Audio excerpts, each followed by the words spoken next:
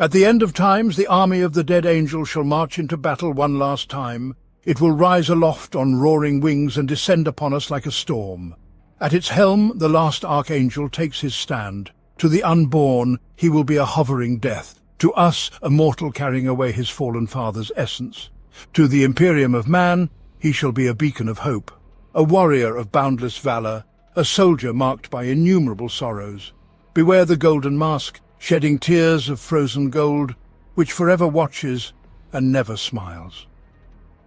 Luis, who would later be known throughout the galaxy by the name of Dante, was born among the human clans on the deserts of the second moon of Baal Secundus.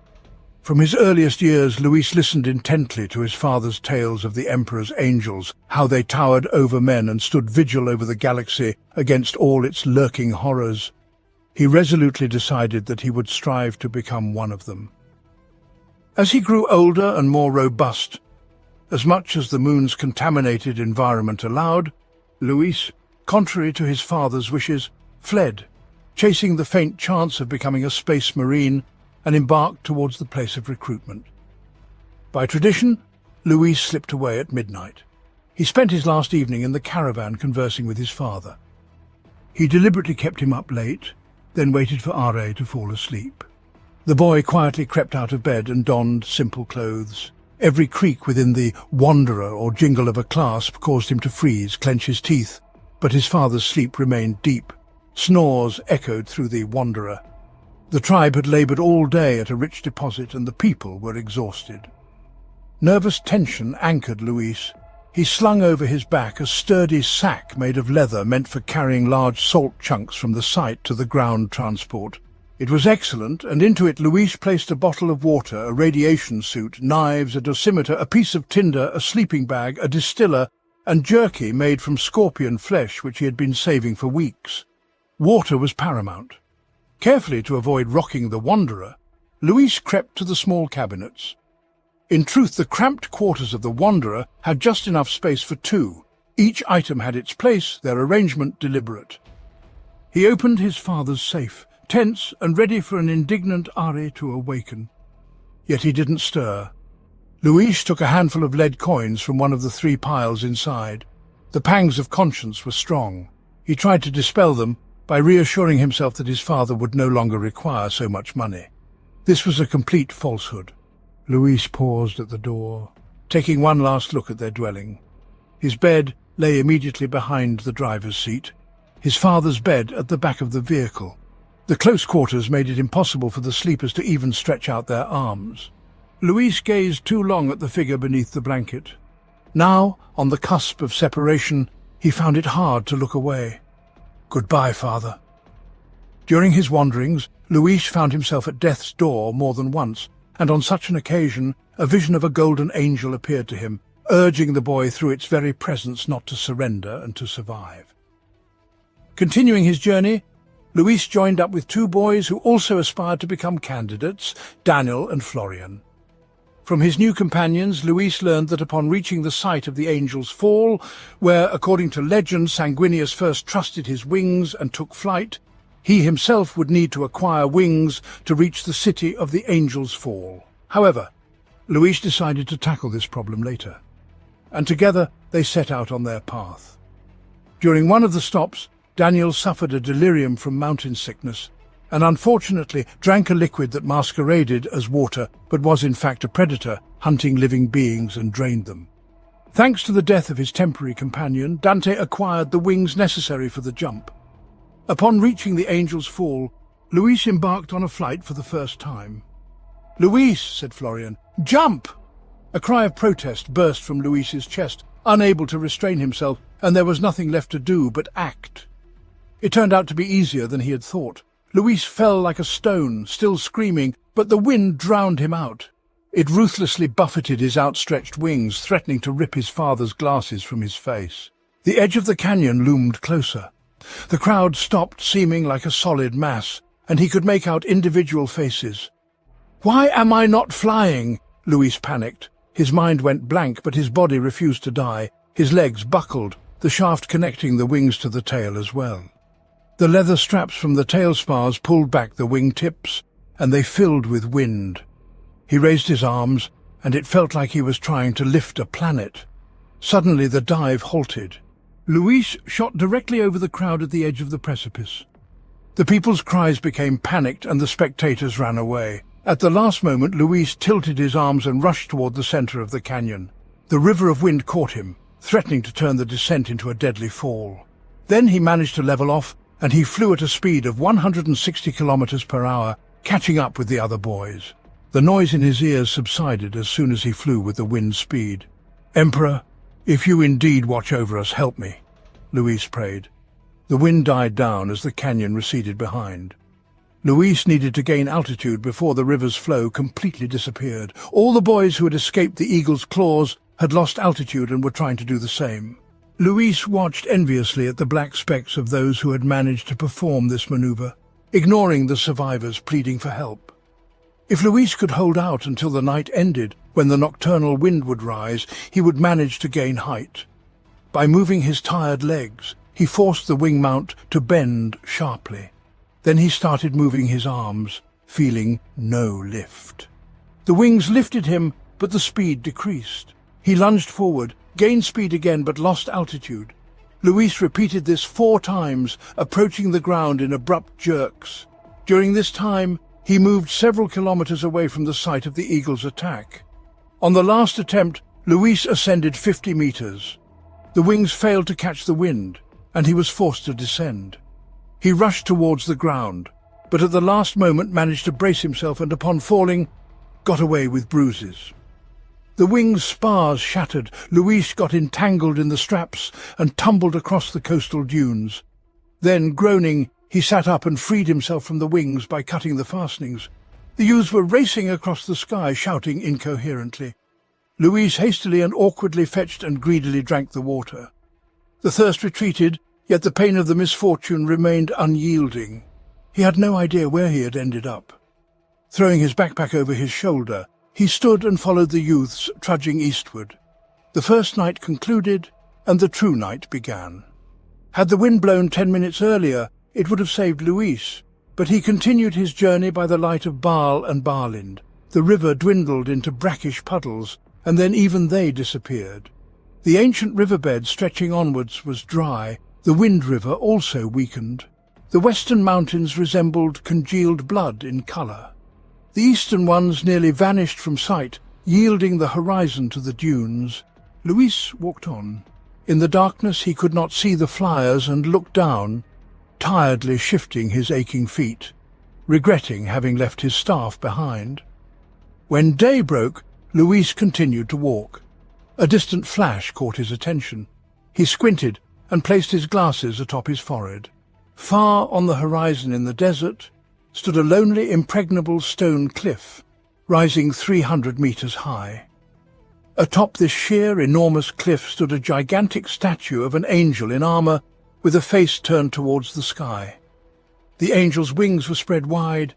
In one outstretched hand he held a sword, in the other a chalice. The ever-triumphant Sanguinius greeted the rising sun.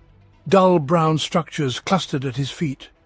Luis, staggering, took a couple of steps, then, laughing, sank to his knees. He gazed at the city, the fall of the angel. A group of aspirants had gathered in the city, to whom 2 space marines came out and gave them a last chance to turn back and return home. And after they managed to weed out the weak-hearted boys, they began to check the physical suitability of the remaining and distribute them into groups. Luis's turn came. He was seized and made to climb the steps. Araezon loomed over him. He seemed taller than the statue itself. The angel had a strange smell, a mix of machine oils, perfumes, and an indescribable sweet coppery scent. Araezon's device bristled with needles that pierced Luis's skin. The boy gritted his teeth in pain. Araezon smiled. "You endure the trials well." The device chimed melodiously, and a green light lit up. Luis could not tear his gaze from the miraculous contraption of the angels. The technology of Baal Secundus was primitive. Much had been lost. All equipment details and materials from the radioactive cities were reused countless times. Luis had never seen such elegant machines. Araezon unbuttoned the shirt and exposed the boy's chest wounds. "There is an infection, but nothing serious. he said to the servant assistant. The man made notes on a long scroll of parchment unfurled on a portable writing desk hanging on his chest. "What is your name?" "Luis, my lord," Luis answered, marvelling at how humble his reply sounded. He mustered his courage and repeated with more confidence, "Luis, my lord." "You appear frightened, Luis." "I truly am, my lord." "And honest, which is a commendable trait," noted Arezon. The voice was benevolent, though roughened by the armor's transmitter, and the being's angelic appearance was warlike, his armor humming, his sword strike capable of ending Luis. "Why then, feeling fear, did you not turn and return to your people?" "Because fear is nothing," Luis boldly declared. "I have feared many times. Fear must be overcome." "Tell me, why have you come?" Arezon continued. "Do you wish to fight for glory or to live forever?" "No, my lord, no one lives forever, not even angels. I wish to serve. I want to serve the Emperor and through him humanity." Arezon cast a long appraising glance at Luis. "Luis, Luis. That is the name of a boy. Are you from a clan whose members do not address each other by angelic names in daily life?" "No, my lord."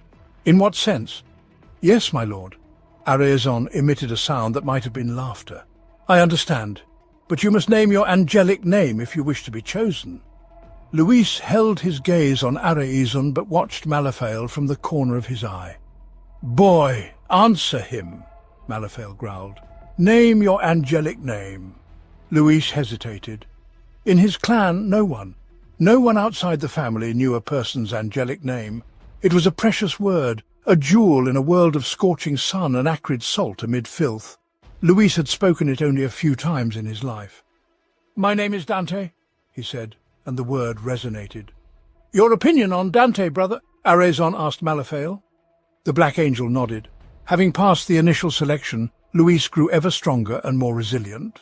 He was taught to wield a staff, then a wooden sword and shield. He was given a powerful spring gun, similar to those used by the Blood Tribes, but much superior. He, along with other youths, was endlessly tested in all kinds of combat. Those unable to grasp things quickly lost the opportunity to learn altogether. Judgments were rendered without warning and without appeal. Luis and others were tested in every conceivable way, deprived of sleep, made to run in the heat and the near-total darkness of night. Their endurance, intellect and strength faced relentless trials. They awoke from brief slumbers to find themselves in a maze, on a crater arena or a combat training ground. Diverse tasks, many deadly, had to be accomplished collaboratively. Endurance tests followed combat training, and battles that began as exhibitions often turned into fights to the death. As the trials progressed, the number of neophytes sharply diminished. In the final test, Luis had to duel the man who had enabled him to reach this point. His opponent was Florian. After a brief duel from which Luis emerged victorious, he refused to finish off his best friend at his lord's command. "I will not kill him," he quietly said. "What did you say?" "I said I will not kill him," Luis shouted, seized by a sudden fury. "Will you forfeit your chance to become a servant of the Emperor, a space marine, one of the greatest warriors of the galaxy?" mocked the chaplain. "You are a fool and unworthy of our gifts. Kill him!" "No!" Luis threw the staff, which rolled into a corner and straightened. "For his sake I would abandon everything. He helped me when I needed help, befriended me when I had no friends, guided me when he could have left. I will not repay kindness with betrayal. If this means I am unworthy, I don't care. Kill me. I will not serve lords who demand my brother's blood." Malaphael leaned toward him. Luis stepped back from the grinning skull. "And what of glory and power?" the angel hissed through a vox grill. "Is a single life really such a high price?" "I did not come here for glory or power. I came to serve," Luis calmly replied. After all he had been through, all he had suffered and hoped for, he felt deceived. He was angry mostly at himself, having come within a hair's breadth of sacrificing a comrade for his own gain. Luis hid his emotions and prepared to meet death with dignity. "I will not be evil," he declared. While the chaplains conferred, he touched the weapon to the floor and placed his hands upon it. "Then you have passed." "What?" Luis asked. Florin raised his gaze in astonishment. "There are many tests of final selection, each candidate their own. This was chosen for you. It's called the Trial of Horus." Do you know why? Do you know who Horus was? He was a monster and fought the Emperor for dominion over the heavens, said Luis. You're almost right. Long ago there was the Great War, where angel fought angel. Our Lord Sanguinius was just one of the 20 sons of the Emperor. These warriors possessed ancient technologies and embarked on the Great Crusade, reuniting the planets inhabited by humanity for the first time in thousands of years. However, the Emperor's most beloved son, the War Master Horus, hardened his heart and turned away from his father, seeking to undo the Emperor's work before its completion. Half the brothers joined him, becoming traitors. Our Lord did not, but stood to the end against Horus, whom he once loved. This test is named in memory of that event because it tests the bonds of brotherhood.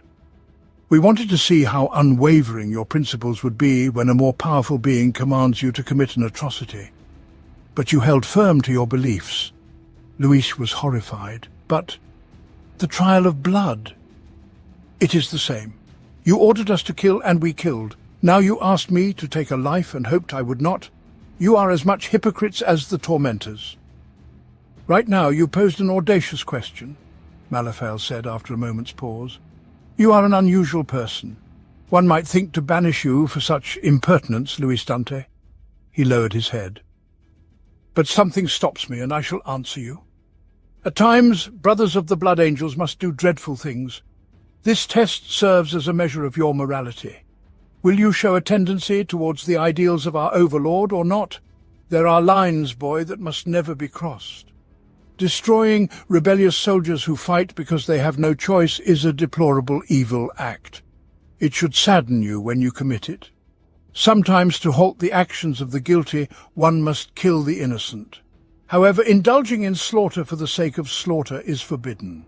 To go against a brother for personal glory or gain is to succumb to the curse, temptation, the first trial of a space marine. Once granted great power, what man does not falter yet remains loyal to the Emperor of mankind? Do you understand? Luis looked at Florian. Intense emotions raged within his soul. You appear intelligent, boy, the chaplain continued. Surely you've noticed that we did not separate those squads that you created yourselves? We offered you to fight only with those you slightly befriended, but not against those you had genuine affection for.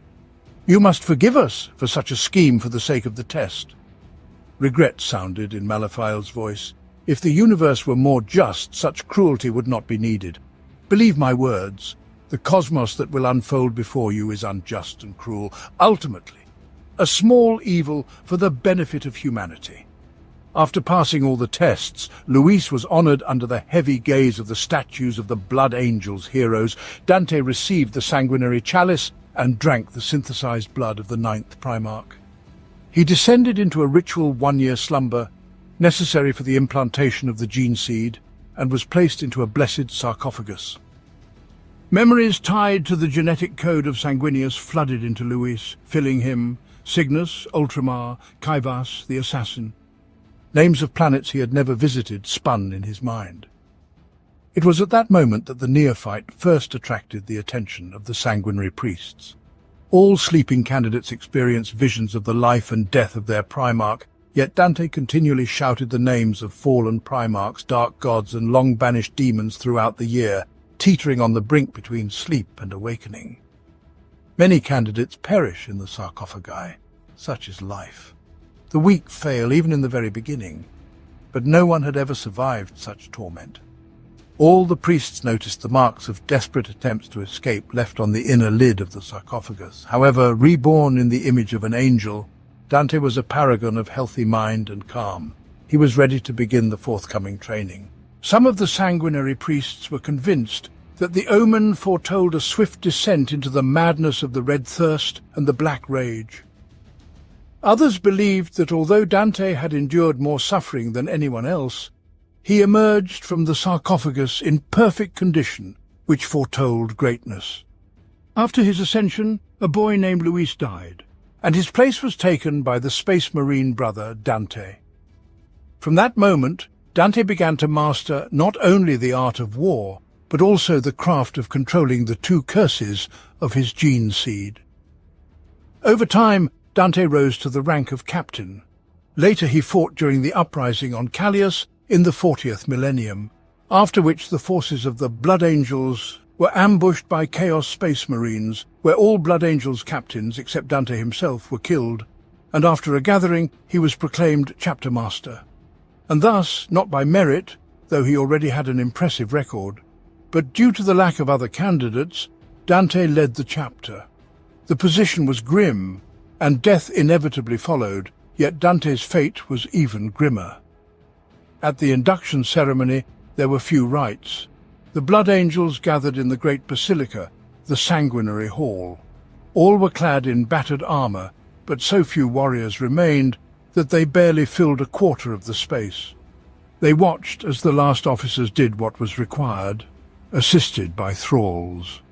There were no choirs, for all the choral thralls had perished, no cyber-constructs proclaiming their attackers, no music. The ash of near defeat still lingered in the air. The silence of the 200 superhumans, brushing close to death, filled the basilica with unbearable tension. The rituals were similar to those Dante underwent when first made captain. He wore no armour. Promises of grace and virtue were inscribed in blood on his skin. Bearers of the holy life of Sanguinius were exsanguinated, and their lifeblood was mixed in the sacred Red Grail. Of Dante, 9 drops of blood were taken from his neck in honour of the number of the old legion. When Gallian, now serving as acting high priest of Sanguinius, approached each man in turn with the chalice, his armoured boots turned fallen jewels to dust. As the assembled brothers watched the proceedings, officers drank the blood one by one, signifying their assent to the appointment. The number of council members was significantly reduced, and their addresses were very brief. They expressed genuine agreement. Even Keshiel, though there was a plea in his voice when he spoke, hoping Dante would not fail them, or so the new chapter master thought at the time. Dante drained the Grail, and the name Ralderon, belonging to the first chapter master, was carved into his flesh. "As Ralderon the first did not fail our father, so shall you not dare," said Bephael. "Never," replied Dante. "I vow it." High Chaplain Bephael commanded Dante to kneel and bow his head. Dante gazed at the angels depicted in mosaics of semi-precious stones. They were so perfect that they appeared real, and it seemed as though they were soaring from the bottomless sky upwards, ready to burst directly into the basilica. Pieces chipped from the mosaic lay scattered like broken teeth, yet the art was so exquisite that the illusion was scarcely disrupted by the missing parts. An archangel of unrivalled beauty led the host on the floor, looking upwards and reaching out, pointing somewhere. Dante gazed into the serene eyes of the painting when Bephael spoke above his head. The blood had dried on his body, chilling his skin. "These are dark times for our chapter. There are fewer than 200 of us left within the fleet, barely more in the entire galaxy, and our chapter is on its knees. It will take a century for us to recover our strength." Dante stared at the face of the archangel. In its heroic features he saw resemblance to his brothers and recalled Chaplain Malafai, his mentor, killed by the treacherous dreadnought, and dozens of others he knew, fought with and bled with. They were all dead now. His head throbbed with the aftermath of the thirst, the blood he had drunk only making him crave more. He longed for the strength of Sanguinius, that he might smite his enemies. "Grant me the strength to resist. Do not let me succumb to the darkness. Not now. Do not let your hearts grow heavy, my brothers. We have survived. The legacy of the Blood Angels will not perish. The enemies of the Imperium wish to see our corpses, for we are a threat to them. We shall remain so until the end of time. Rise, Dante, commander of the Blood Angels, master of the firstborn sons of Sanguinius." Dante rose to his feet. "Do you consent to bear this burden with all your heart?" "My answer is yes." "Then I proclaim you Commander Dante, master of the Blood Angels." Dante spoke what was in his mind, but even as his brothers shouted his name and began to sing, the enormous statue of Sanguinius looked down, and Dante felt the burden of the Primarch settle heavily upon his shoulders. One of the most renowned campaigns he would partake in was the Second War for Armageddon, where his leadership enabled the besieged defenders to triumph over Gajkul's War. There he led a valiant charge against the Orcs assaulting Hive Acheron. In the war's closing stages, Dante's tactical genius finally broke the back of the Orc army, leading a massive assault against the Orcs attacking Hive Tartarus. His blood angels annihilated half the Orcs and drove them back into the ash wastes and jungles.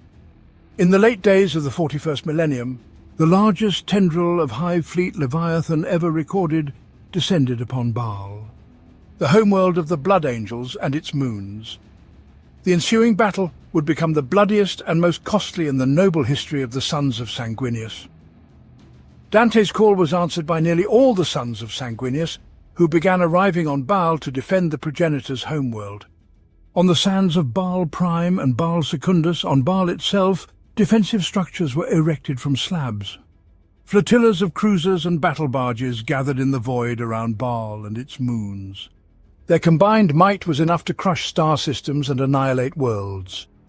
As the Tyranids approached, Commander Dante and his closest aides took actions that would have been unthinkable in brighter days. The precious gene seed stockpiles of the Blood Angels were extracted from their vaults, meticulously packed for transport under the vigilant watch of the sanguinary priest, and then dispatched aboard a fast starship with a carefully chosen escort. "You are sending away the gene seed?"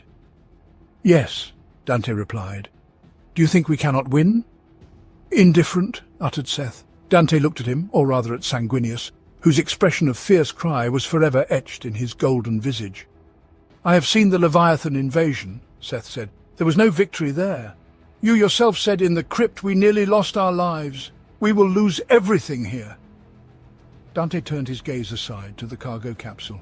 "There is hope. The Sanguinor himself told me so. I was, like you, Seth, in despair." "Beyond rage there is only despair," said Seth. "Better to be furious. I choose to be hopeful. The Sanguinor has never spoken before. Not in the last 10,000 years, but in the crypt he came to me. Sending away the gene seed does not mesh with a man who harbours hope. I am a pragmatist, Gabriel, and Albinus, a loyal warrior. He will ensure our future, even if our home is lost. The scouts have only just been implanted with the carapace, a temporary promotion if necessary. They still need to prove themselves, but when the time comes, they will be ready to don the armor," Dante said. "Why? We cannot win," said Seth. "And 10 scouts cannot recreate the Blood Angels?" "Perhaps," Dante countered. "But this chapter has faced destruction several times. If we perish here, the Blood Angels will be reborn on another world."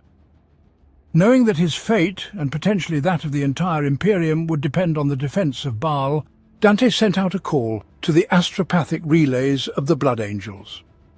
Telling of the doom approaching their homeworld, beloved progenitor Sanguinius all came to the aid of the Blood Angels.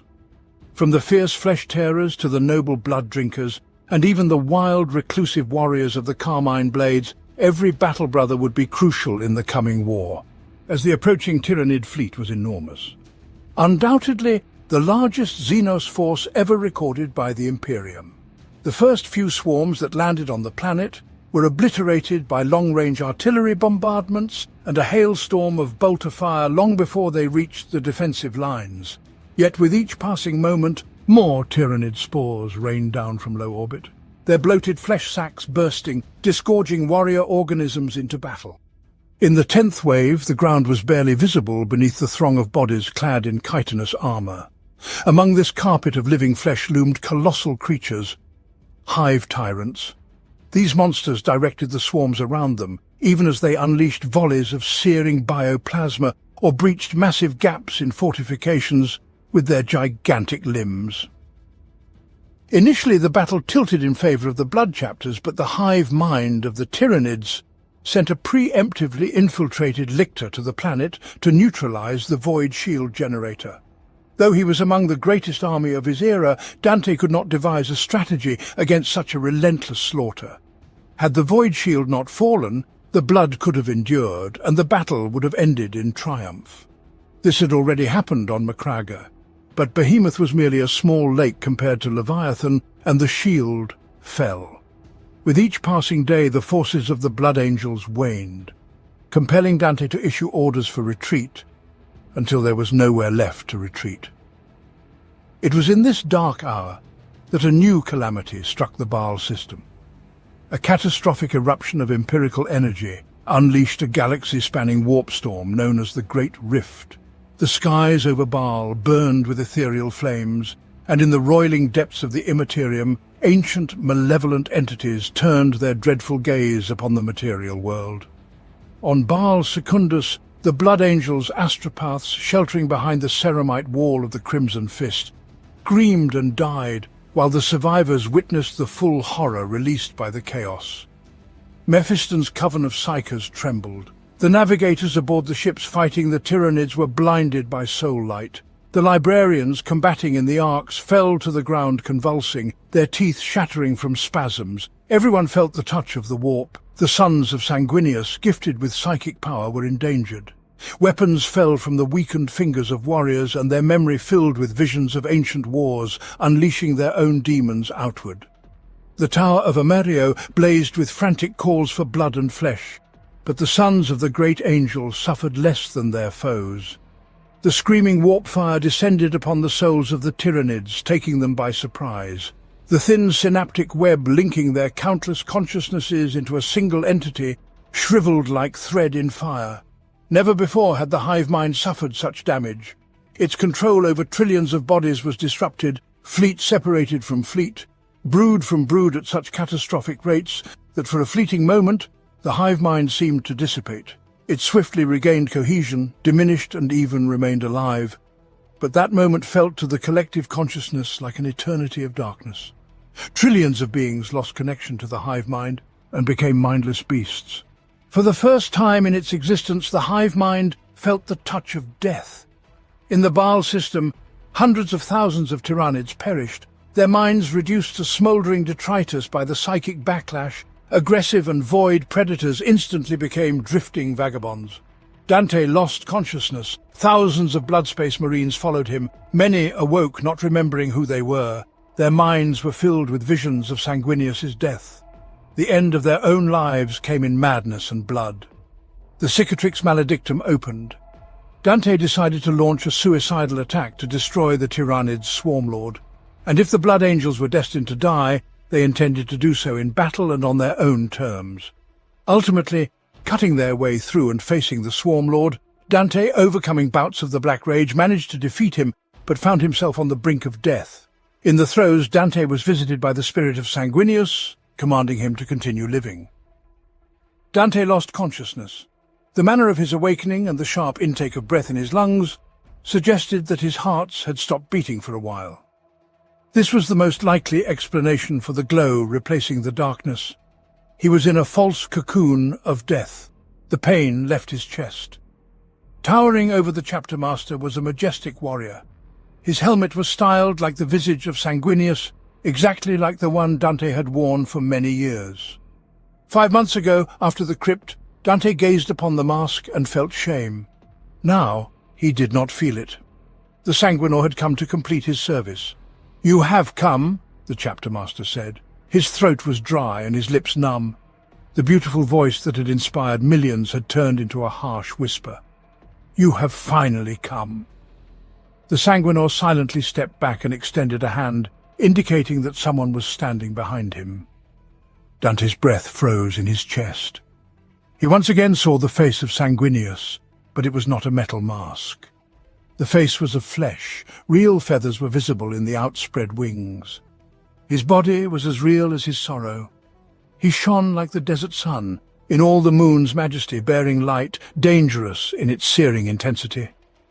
"My son," Sanguinius said, "my greatest son." The Primarch reached for the chapter master. Dante lay on his back, yet at the same time he seemed to be floating in an immense space, and Sanguinius ascended right in front of him. And yet, when the Primarch wept, his tears fell upon Dante's face. The entire order of reality was disrupted, but it was like neither a dream nor a vision. When Sanguinius's radiant fingers touched Dante's cheek, he felt firmness and warmth, and his entire being was filled with peace and sacred joy. "You have borne the greatest sufferings for humanity," Sanguinius spoke. His voice was beautiful. "You have already earned your rest 1,000 times. Not everyone can endure so much. Luis from Baal Secundus, you were a light in the darkness. I would grant you any reward, bring you to myself, release you from your burden and your sufferings." Sanguinius bestowed a gaze upon Dante full of genuine sorrow. "But I cannot, and I regret that I will do none of what I said. I need you, Dante. Your sufferings are not over." Sanguinius raised both hands to Dante's face. The power emanating from the Primarch drove away the peace of death, replacing it with pain. The surrounding environment began to change as the Master heard the cries of space marines and felt the touch of living hands on his armor. Sanguinius was disappearing. "Please, no," cried Dante. "My lord, I have done enough. Please, grant me peace." The light was fading. The smile of Sanguinius bore the imprint of 10,000 years. Darkness was returning. The great angel was vanishing into it, but his majestic voice held back this moment. "Forgive me, my son, for you shall not find rest, not yet. Live, my son, live." Dante returned to life, crying for the mercy of death. Hands were everywhere around Dante, holding him. Sharp pain seeped through the neural shunts. "No, no, no, enough! Take me with you, I beg you," Dante shouted. Reluctantly resurrected, Dante, upon coming to himself, found the arriving reinforcements in the form of Guilliman. The Primarch and his newly arrived forces fought in numerous battles, liberating Baal. Hive Fleet Leviathan was largely destroyed. Guilliman not only saved the planet, but also rejuvenated many with the freshly minted Primaris Space Marines, thereby minimizing all losses. Guilliman gave praise to Dante for all his merits in the salvation, and commended him for his long service to the Imperium. On a throne of pure adamantium, surrounded by hundreds of banners, sat a living miracle, a giant warrior clad in blue and gold armor. His face was bright but stern. On one hand was an impressive gauntlet, and an enormous sheathed sword lay across his knee. Now the master recognized the grandeur of the sword that had eluded him when gazing upon the giant. The sword of the Emperor lay upon the leg of the living Primarch, looking directly at him. Robut Guilliman had arrived on Baal. There was no doubt about it. Dante had seen the Primarch before, sealed within a stasis field in the fortress of Hera on Macragge, where he sat a heartbeat from death for most of the Imperium's history. And now he was here, alive. The physical presence of the Primarch overwhelmed Dante. Guilliman was a monument of nobility. It was too much for the master. Ignoring the pain of healing wounds, Dante fell to his knees and bowed his head upon his chest. "Can this be true? Is it really you? You are alive?" The Primarch stood and set the sword aside. The living deity descended the steps. "Rise, Dante," said Guilliman softly. "I will not accept such humiliation from one such as you. You are one of the few in this age who has earned the right to speak to me as an equal. Rise at once." Dante gritted his teeth from pain, attempting to stand. Guilliman grasped the master's pauldrons and lifted him to his feet. "Forgive this gesture," said Guilliman, "but I see you are wounded." Dante nodded distractedly. "Never kneel before me. I want you to stand by my side in respect, and I will command you not to if need be. I would prefer our relations not to be based on such terms. I have no time for reverence, as there is too much to do. However, if your wounds are great, you may of course sit down," pronounced the Primarch with a shadow of a smile. "Is this a dream or a vision?" "Neither. I am alive. I have returned to save the Imperium," Guilliman pronounced. "Forgive me, my lord." Dante had to step back to meet the Primarch's gaze. "I have failed you. I have called upon all the blood and sacrificed them to save Baal. The Arx Angelicum lies in ruins. Thousands of Space Marines are dead. Baal is destroyed." "Forgive?" asked Guilliman. "For what, Dante? You stopped them. When we arrived, the Hive Fleet was so debilitated that we easily annihilated it, and while we speak, the Indomitus Crusade is purging the system of the remnants of the Tyrannids. You achieved what few could, and destroyed a substantial portion of the Hive Fleet.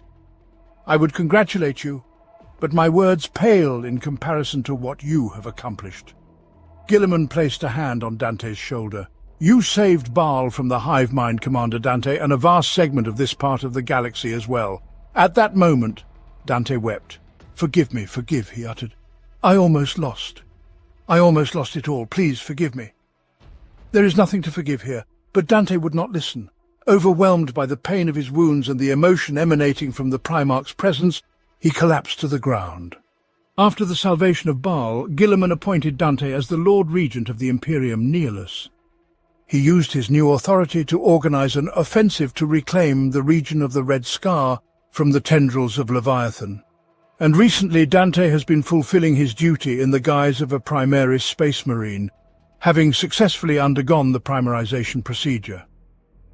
Our Primarch, Lord Magnus, attempted to save the Emperor, but was disregarded. Only Horus believed us, but even he did not fully accept the truth. We could have saved the Imperium then, but now we shall destroy it. I walked on the surface of Fenris. I witnessed the return of my Primarch from the warp. Only one thing stood in my way of becoming the greatest of the Thousand Sons, that insignificant wolf cub Ragnar. Through millennia of endless wars, the galaxy has seen a multitude of outstanding warriors, individuals whose names have forever entered the annals of the Imperium's history. Uriel Ventris, Garviel Loken, Sebastian Yarrick, and countless others.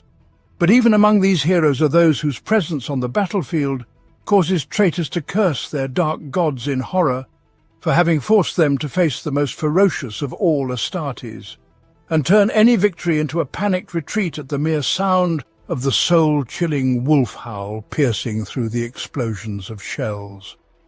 The Sons of Russ have always been renowned for their ferocity and unwavering resolve, often giving the impression of untamed barbarians to those around them.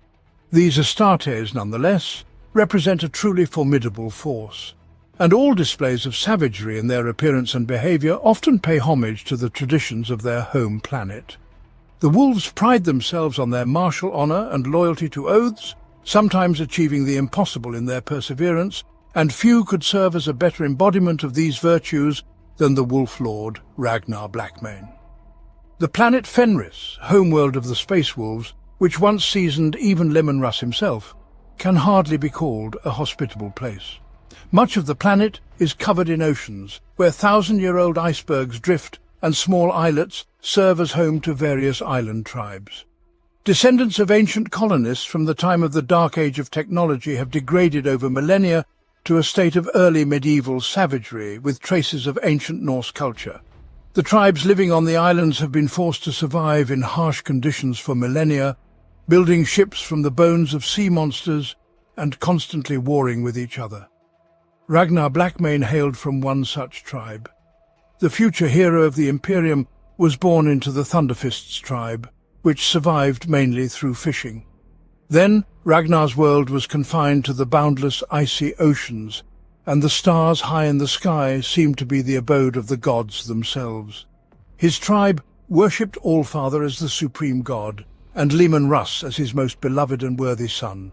The peoples of Fenris, in essence, had turned into superstitious savages, having transformed their own culture and the teachings of the ecclesiarchy beyond recognition over thousands of years. Little could shake the world of young Ragnar, except perhaps the arrival of the gods themselves. And ironically, this is precisely what happened to him.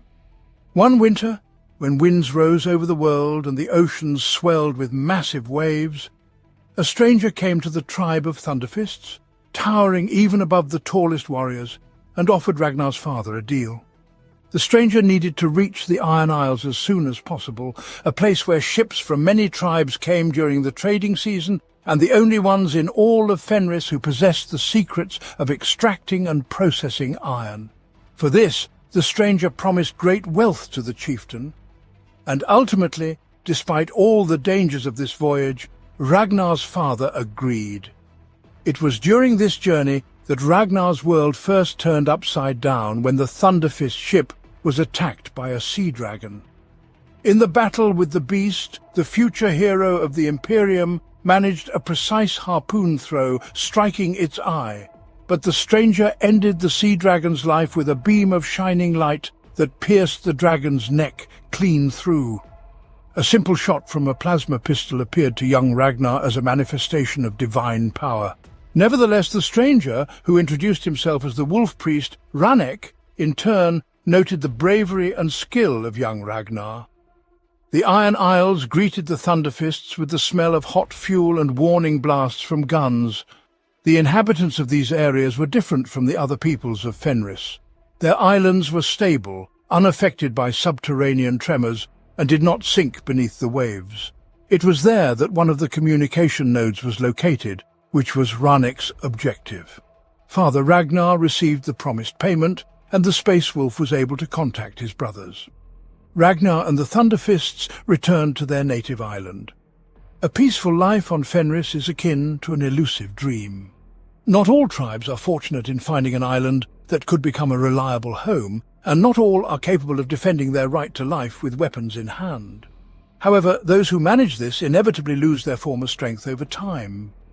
Life in tranquility does not foster the emergence of skilled warriors, and other tribes eventually use this to their advantage, ousting the complacent inhabitants from their homeland. This is precisely what happened to the Grimskull's tribe when the Thunderfists expelled them from their home, and the same was destined to happen again when years later the Skulls came for their revenge. Ragnar's tribe was celebrating the chieftain's successful return from a voyage to the Iron Islands, and among the Thunderfist's warriors there was no one sober enough to notice and repel the attack. The merciless Skulls instigated a true massacre and managed to kill too many before the Fists realized what was happening. Ragnar was saved only because at the moment of the attack he was enjoying his first night with a girl named Anna and was one of the first to learn of the assault. However, when the Thunderfists finally managed to gather into an organized force, everything had already been decided. By that time, there was almost no one left to repel the attack, and all that the Fists could do now was sell their lives dearly. Yet the inevitable reckoning was interrupted by the roar of engines from a steel monstrosity descending from the sky. The choosers of the slain visited the battlefield. Enormous warriors stood as motionless statues nearby, observing intently without intending to intervene. The people of Fenris believe that the most ferocious of warriors slain in battles are worthy of standing beside Russ himself after their death.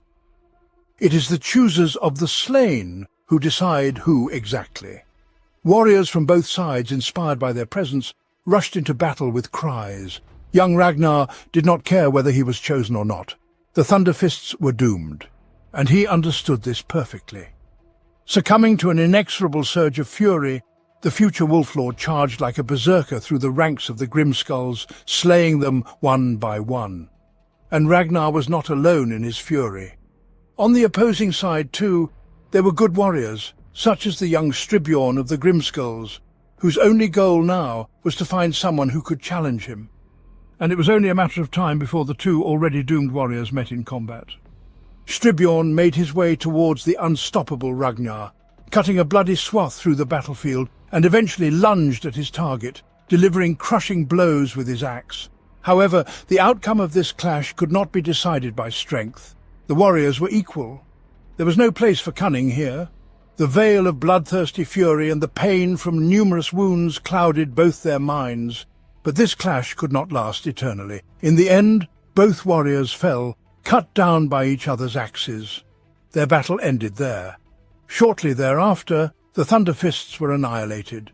No matter how many skulls Ragnar crushed, he could not single-handedly alter the course of a hopeless battle. The choosers of the slain began their work. Ragnar regained consciousness shortly after the battle's conclusion, for the wolf priests of the Space Wolves could bring back to life a seemingly mortally wounded warrior, provided, of course, that the warrior was deemed worthy. Ragnar was chosen, but to his rage he was not the only one granted such an honor. Stribbjorn too proved worthy of becoming a candidate for the chapter. This time, death spared them both. However, to become a Space Wolf, it was not enough to merely be chosen. Many could stand out among others, no matter how fierce the warriors of Fenris might be en masse. Yet few could endure the training and trials. Ragnar was taken to Asserheim, the only piece of land on Fenris that could be called a continent. It was there that the renowned Fang was located, though candidates were not soon to find themselves in the fortress of the Space Wolves. The chosen were transported to special training camps, situated in villages scattered across Asserheim. There they were formed into squads, and now they would have to live and train together, even if they were mortal enemies at some point. This was precisely what happened with Ragnar. Upon arriving in Rusvik, He discovered that he was assigned to the same squad as Stribiorn, and he vowed to himself that his enemy would not survive until the end of the training. Yet even Ragnar had every chance of leaving this world, possibly even before Stribiorn.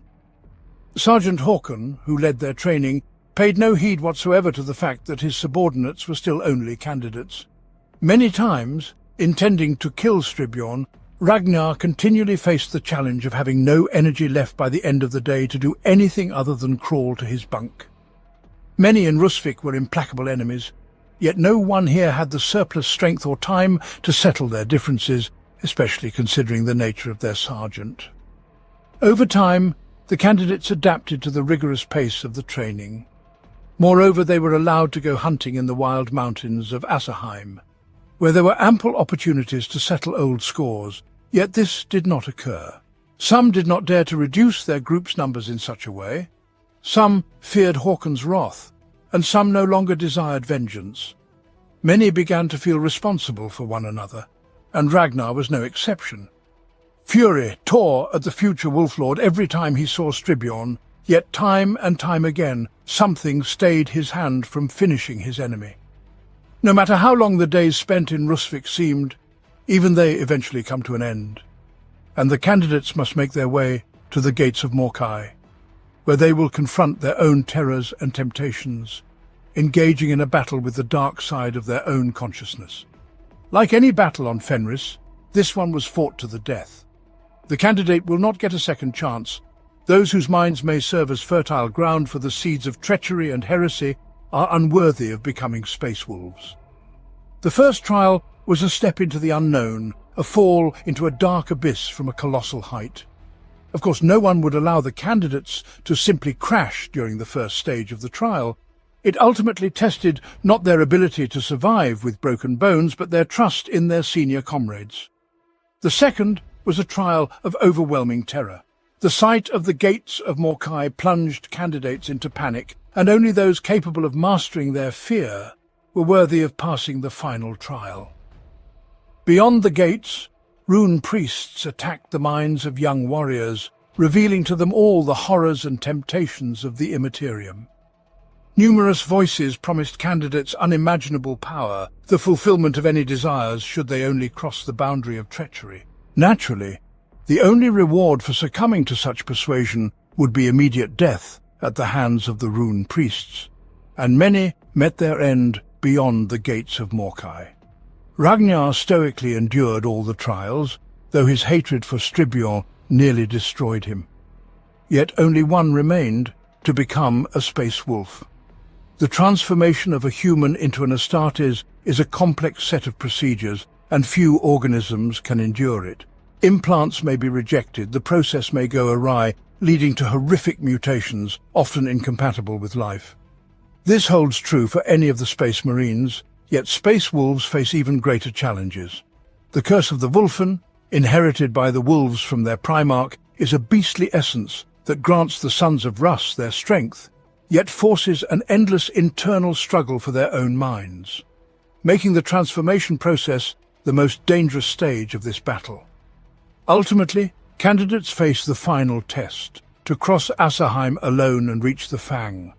Conquering the battle with their beast and the nature of Fenris, Ragnar withstood this trial as well.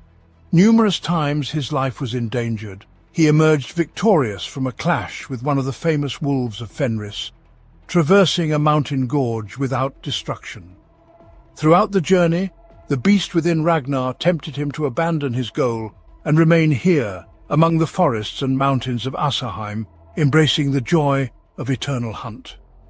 Ultimately, Ragnar had to fight one of his comrades who lost the battle with the beast and lost their human form, turning into a Wulfen. Having passed all the trials, the candidate becomes a fully fledged space wolf, beginning his service in the ranks of the Blood Claws. Now Ragnar's life consisted of learning and training.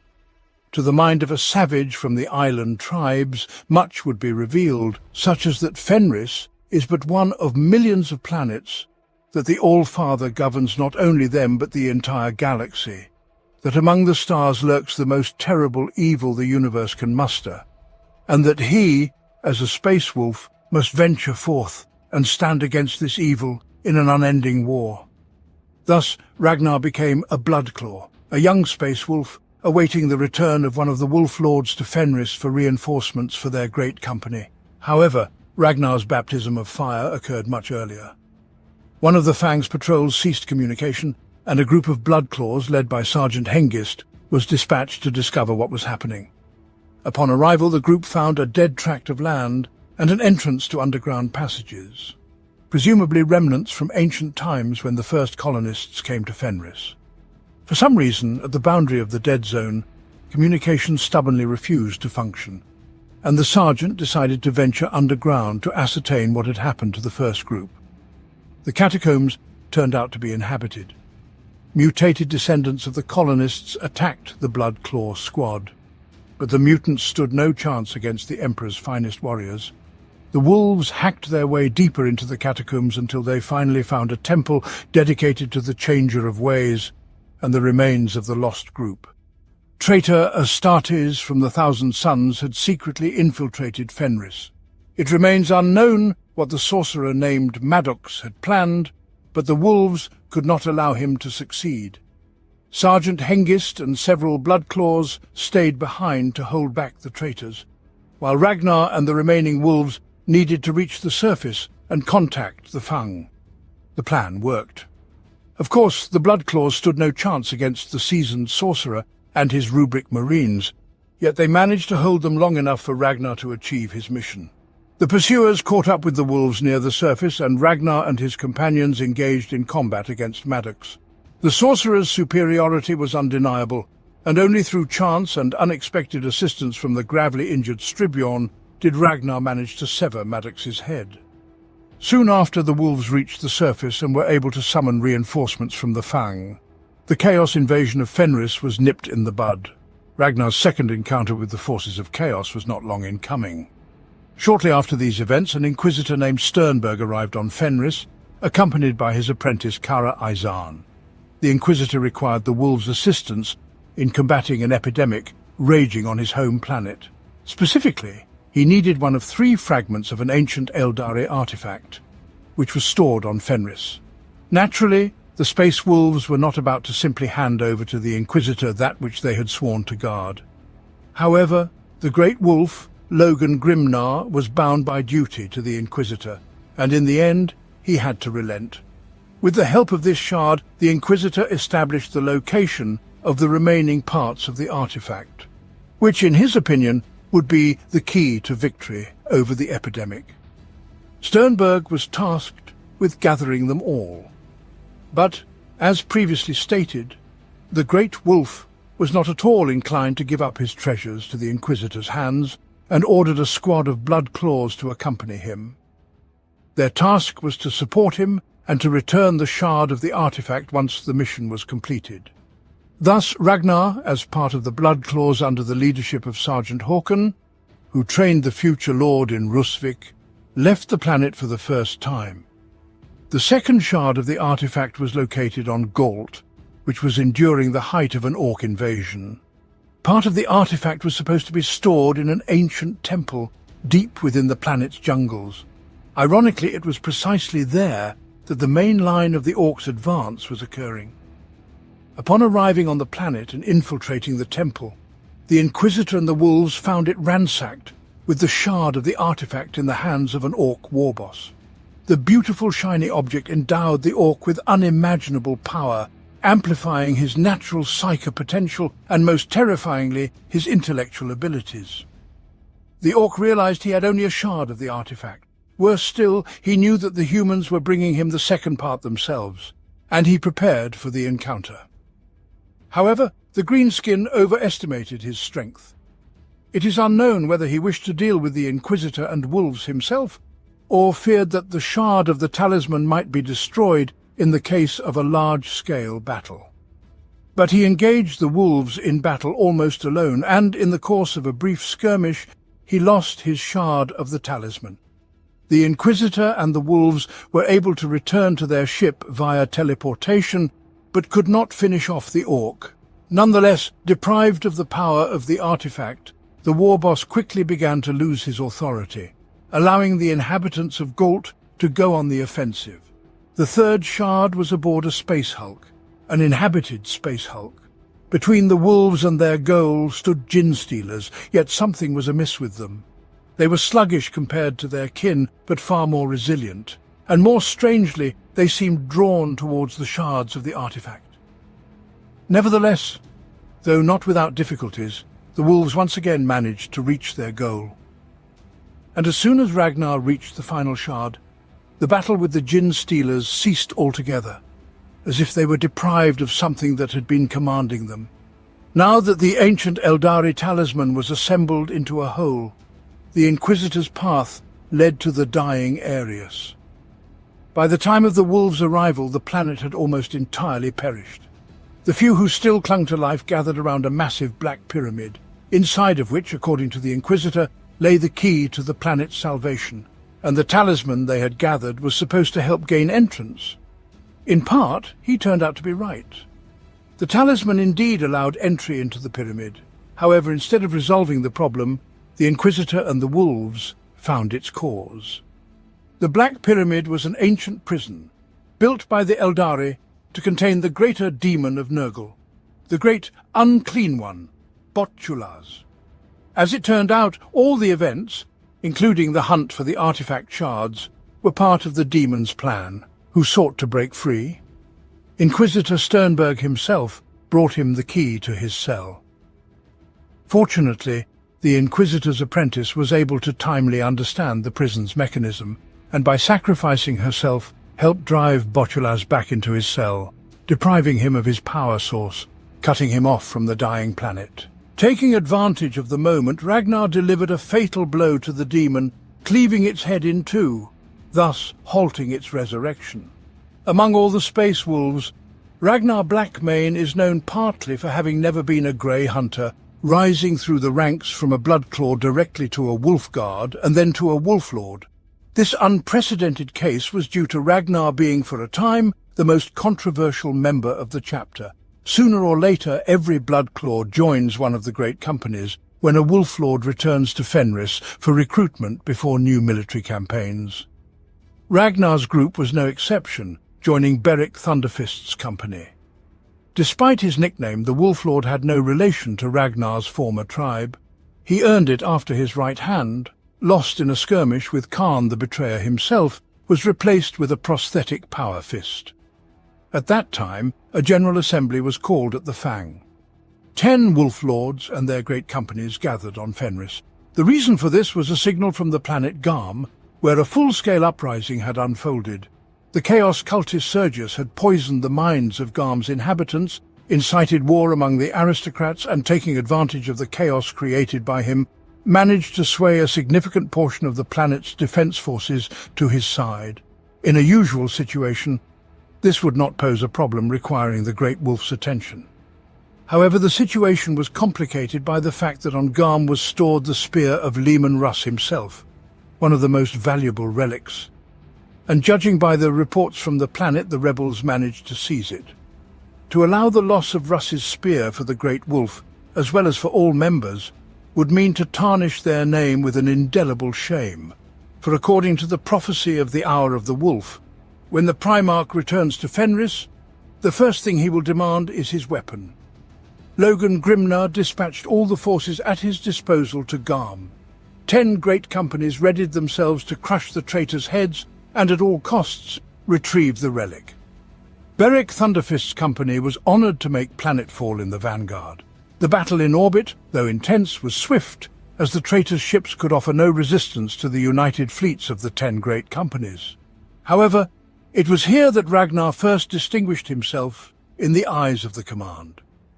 During the boarding of the traitor ship, it was Ragnar who assisted Beric and his Wolf Guard in extricating themselves from an exceedingly difficult situation. Beric found himself cornered on one of the cargo decks filled with tanks, and had it not been for Ragnar's timely assault on the traitors from the rear, creating a corridor for the Wolf Lord's escape, the saga of Beric Thunderfist might well have concluded aboard that very vessel. Despite certain challenges, Beric's audacious boarding action proved successful. The power plant of the traitor ship was destroyed, leading to the explosion of the entire vessel. The battle in orbit was concluded, and now remained only the task of descending to the planet to reclaim the Spear of Russ. Any landing operation is inherently a perilous undertaking, whose success hinges largely on the steadfastness of the landing troops themselves. The Space Wolves opted to land near the sanctuary, where the stolen spear was held, establishing a beachhead for the advance of Imperial forces. Following the Wolves, regiments of the Imperial Guard and the war machines of the Legio Titanicus were to be deployed on the planet. Forces more than sufficient to quash the rebellion. However, something can always go awry during a landing, and Ragnar's drop pod landed far from the other Space Wolves. A squad of Bloodclaws led by Sergeant Hawken was forced to hold their landing zone alone, repelling one traitor assault after another. Space Wolves are renowned for their resilience, but they are not invincible.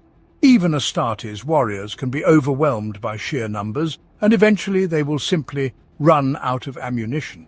Fortunately, the Bloodclaws managed to hold out until the main forces arrived, but Sergeant Hawken did not survive the battle. During the final assault, a stray bullet struck the sergeant in the head, not killing him instantly, but concluding his story as a warrior forever. Ultimately, the Wolves succeeded in retaking the sanctuary. However, the Spear of Russ had already been stolen. In the absence of a sergeant, Lord Beric appointed Ragnar as the commander of the unit until a new one could be found for them. Ragnar's first mission as commander was a routine scouting operation. The future Wolf Lord and his companions were to scout the area between the sanctuary and the city, where they encountered a minor contingent of soldiers loyal to the Emperor of Garm, led by Captain Thrain. Weary from prolonged battles and fleeing, these men were making their way toward the sanctuary, hoping that the landing ships they had seen from the city were reinforcement. Captain Thrain's hopes were entirely justified, and after a brief conversation, Ragnar decided to evacuate Thrain's squad to the sanctuary, as the captain held valuable information. It turned out that the captain knew routes by which Space Wolf units could be discreetly infiltrated into the city to support the assault from within. Additionally, the rune priests by this time had managed to locate the approximate position of the Spear of Russ. A massive assault on the capital of Garm soon commenced. According to the plan, under the cover of the main forces, the Space Wolves' sabotage teams, with soldiers of Garm as their guides, infiltrated the city. Their target was the city's life support systems. Like any hive world, Garm had long since turned into an uninhabitable, poisoned wasteland, and the destruction of the city's life support systems was intended to make its defense impossible. And so it happened. Soon Imperial forces entered the city, driving the heretics into retreat. During the cleansing from one of the captive traitors, the Wolves uncovered the exact location of Russ's spear. It was Beric's Wolves who were the first to learn of this.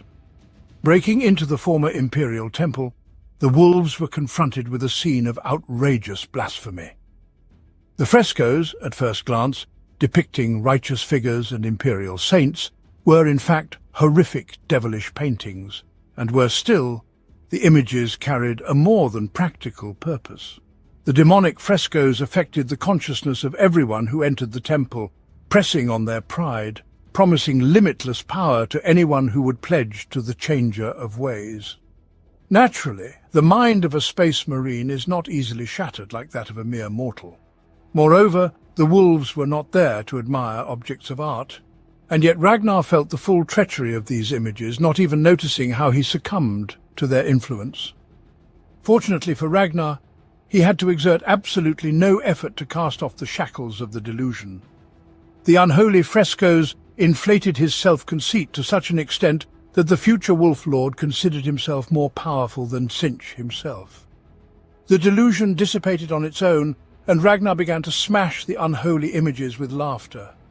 Within moments his comrades joined him, destroying the labours of the unknown sorcerer. When the threat was dealt with, the Wolves moved to the main hall, where Sergius was conducting an unholy ritual over Russ's spear. Whatever its purpose, the Wolves could not allow him to finish. The Space Marines burst into the spacious hall, cutting their way to the altar through the columns of heretics. Yet the Wolves arrived unforgivably late. Sergius and his followers were already completing their unholy sorcery, unleashing chaotic streams of the immaterium into the world. Demons materialized on the battlefield. However, the appearance of the unborn creatures was more of a side effect of the ritual.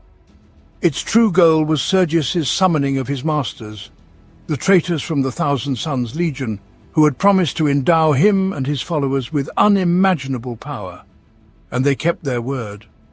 The heretics received their reward without delay. It was that rare occasion when the forces of chaos truly deliver what they promise. However, when such a thing happens, it might have been better if they had lied. The bodies of the heretics began to change under the onslaught of the energy of the immaterium. With screams and the sounds of tearing flesh, they began to grow in size and become encased in ancient power armor. The Thousand Sons had arrived on Garm. Chaos kept its promise. The bodies of the heretics indeed gained power beyond the reach of ordinary humans. Yet there was no mention of their souls. More and more traitor Astartes arrived in the mortal realm, binding the wolves in heavy combat. Directly in front of Ragnar, one of the traitors began to transform, acquiring familiar contours. Sorcerer Maddox once again stood in the path of the future Wolf Lord. However, as before, despite the sorcerer's complete superiority over Ragnar, Maddox could not claim the life of the young wolf. In the end, this was not a duel. It was a battle. The chaos of the battle drew opponents apart, and within seconds Ragnar was fighting alongside his wolf lord, having lost sight of the sorcerer. Despite all the contempt from the wolves, the traitor Astartes remained more than formidable opponents, continuing to arrive on the battlefield through the warp rift created by Sergius. The traitor took cover behind a psyker shield, clutching the spear of Russ in his hands and continuing to sustain the ritual. The wolves' situation with each passing second grew ever closer to becoming hopeless. The only thing the wolves could now do was to break through to Sergius and interrupt the unholy ritual. Ragnar, Wolflord Beric and Rune Priest Calagrim began to break through to the altar shrouded by the sorcerer's shield. Yet any battle by its nature is unpredictable. Despite all the mastery of the Wolf Lord and the might of the Rune Priest, only young Ragnar managed to find himself on the other side of the magical barrier and unleash his fury upon the heretics sheltered behind it.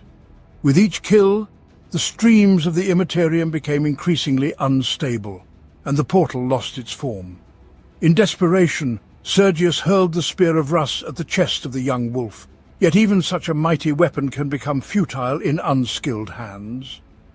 Ragnar seized the spear in midair and drove it into Sergius's chest, completely disrupting his ritual. The sorcerous barrier fell, yet the portal opened by the heretics, though losing its form, remained open. More and more warriors of the Thousand Sons continued to arrive on the battlefield. Ragnar gazed at the portal with reverence, surprise, and horror. He saw something moving within it, saw the outlines of demons that mingled and melted. They were all part of an enormous face that gazed down voraciously, the one-eyed face of Magnus the Red. At times it lost its distinct form, and the gates opened wider. Then the face became easily discernible again, and the gates seemed to stabilize. Ragnar never understood what compelled him to take the next action. He pulled the ancient weapon from the body of the arch-heretic, raised it, and hurled it straight into the eye of the Primarch. The spear plunged into the primeval matter of chaos, slowly vanishing from view like a stone sinking into water. The screams of an agonizing god shook the temple walls. Ragnar managed to halt the invasion, losing the spear of Russ in the process. Deprived of the sustaining will of the Primarch, the portal collapsed, drawing back into the Immaterium all those who had crossed through it. The uprising on Garm concluded. The remnants of the heretics' forces hid in the hive's catacombs, escaping the wrath of the Emperor's loyal warriors. Yet the wolves did not accomplish the primary mission. They could not retrieve the spear, which, thanks to Ragnar, was now lost in the depths of the warp, or worse, had fallen into the hands of traitors. Of course, those who fought understood well that Blackmane had no other choice, and many in his place would have acted the same way. However, neither Lord Beric nor his company could decide Ragnar's fate, though they did everything possible to help the young wolf evade punishment for his deed. The great wolf trusted Beric, and moreover, The rune priests had confirmed that Ragnar's thoughts were pure and his actions sincere. Yet simply ignoring the loss of the spear was not an option. Many in the chapter, despite everything, blamed both Beric's company and Ragnar himself for this disgrace. The solution was to send the contentious warrior to Terra as a wolf-blade. In ancient times, at the dawn of the Imperium, when the Emperor and the Primarchs walked among men, the wolves made a pact with one of the houses of Navis Nobilite. House Belisarius provided the chapter with the services of navigators in exchange for warriors. The Marines sent to serve on Terra under this pact are known as wolf-blades. Formally, this is considered an honour, as wolf-blades essentially represent the whole chapter on Terra. However, no one agrees easily to leave their battle brothers and exchange the cold winds of Fenris for the stifling stench of Terra. Over millennia, the honourable duty has turned into an exile, and wolf-blades are often considered outcasts. Separated from their chapter, glorious battles and joyous feasts, the wolf-blades swear allegiance to House Belisarius and spend decades serving the navigators as bodyguards and instructors for the house's soldiers. Ragnar's arrival on Terra coincided with highly turbulent times. A navigator from House Belisarius was recently killed, and along with him perished an old friend of the great wolf, Skander Bloody Axe. The cradle of humanity had proven to be a dangerous place, capable of rivaling Fenris itself in this regard. However, if life on the homeworld of the Space Wolves was an endless struggle for survival, Terra more closely resembled a dark pit full of venomous snakes. Endless intrigues, confrontations between rival imperial structures, assassination attempts, and local wars were masked by the blinding golden gleam of the capital, and the Space Wolves were forced to adapt. The youth recognized him as a Space Wolf, although the person in armor differed in many ways from Ragnar's battle brothers. The young wolf noticed his short hair and thin moustache, exactly like the officer who greeted them on the ship. The greeter was surrounded by a faint scent of some incense, and his armor was adorned with numerous strange amulets and precious ornaments. Life on Terra inevitably changes anyone, and the Astartes are no exception. The wolf-blade who met Ragnar, named Thorin Wayfarer, exemplified this perfectly. However, there are always exceptions to any rule. At that very moment, a giant man appeared in the passageway. On the extended claws of one boot he had a massive beer tankard, and in his hand he clenched a thoroughly gnawed ham bone. Ragnar had never before encountered such a giant, a colossus even by Space Wolf standards, and the only one who could be called fat. His tiny eyes were deeply set above huge pink cheeks. The armor seemed to have been modified to accommodate his monstrous belly, making the armor a unique triumph of smithwork. Huge bushy moustaches made him resemble a walrus. The giant named Hager seemed the embodiment of every stereotype about Space Wolves. The process of becoming a Space Marine for him had not gone as smoothly as for many others, resulting in a monstrous gain in mass, and consequently an almost constant need for food. However, Hager's combat prowess and ferocity matched his size and conceit, so even the perpetually mocking Thorin tried never to truly anger the giant. Usually the wolf-blades are constantly busy with assignments or travelling with navigators, but now most of them, like most of the navigators, returned to Terra due to the death of the Celestarch. The head of the house, along with his bodyguard, was killed in an assassination attempt by local zealots, as they call groups of radical individuals on Terra, intolerant of the presence of mutants and off-worlders. Naturally, such groups are a very convenient tool for political conflict, and the murder of such an important figure as the Celestarch of the Navigator House is just impossible to carry out without support from other influential figures. However, these matters were for the navigators themselves to resolve.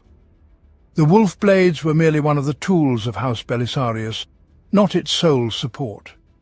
And during the time free from assignments, Thorin, Ragnar, and Hager decided to head to one of the taverns in the trade district to get to know the newcomer better and show him how things stood in the capital of the Imperium. Drunken brawls in taverns are as inevitable as snow on Fenris. Naturally, it's hard to imagine someone in their right mind daring to attack a Space Marine. Yet Terra has enough people not distinguished by sound mind. A group of zealots, under the influence of combat drugs, burst into the tavern. These fanatics seemed completely devoid of fear or self-preservation instincts. However, this was not enough to even begin to pose a threat to the Astartes.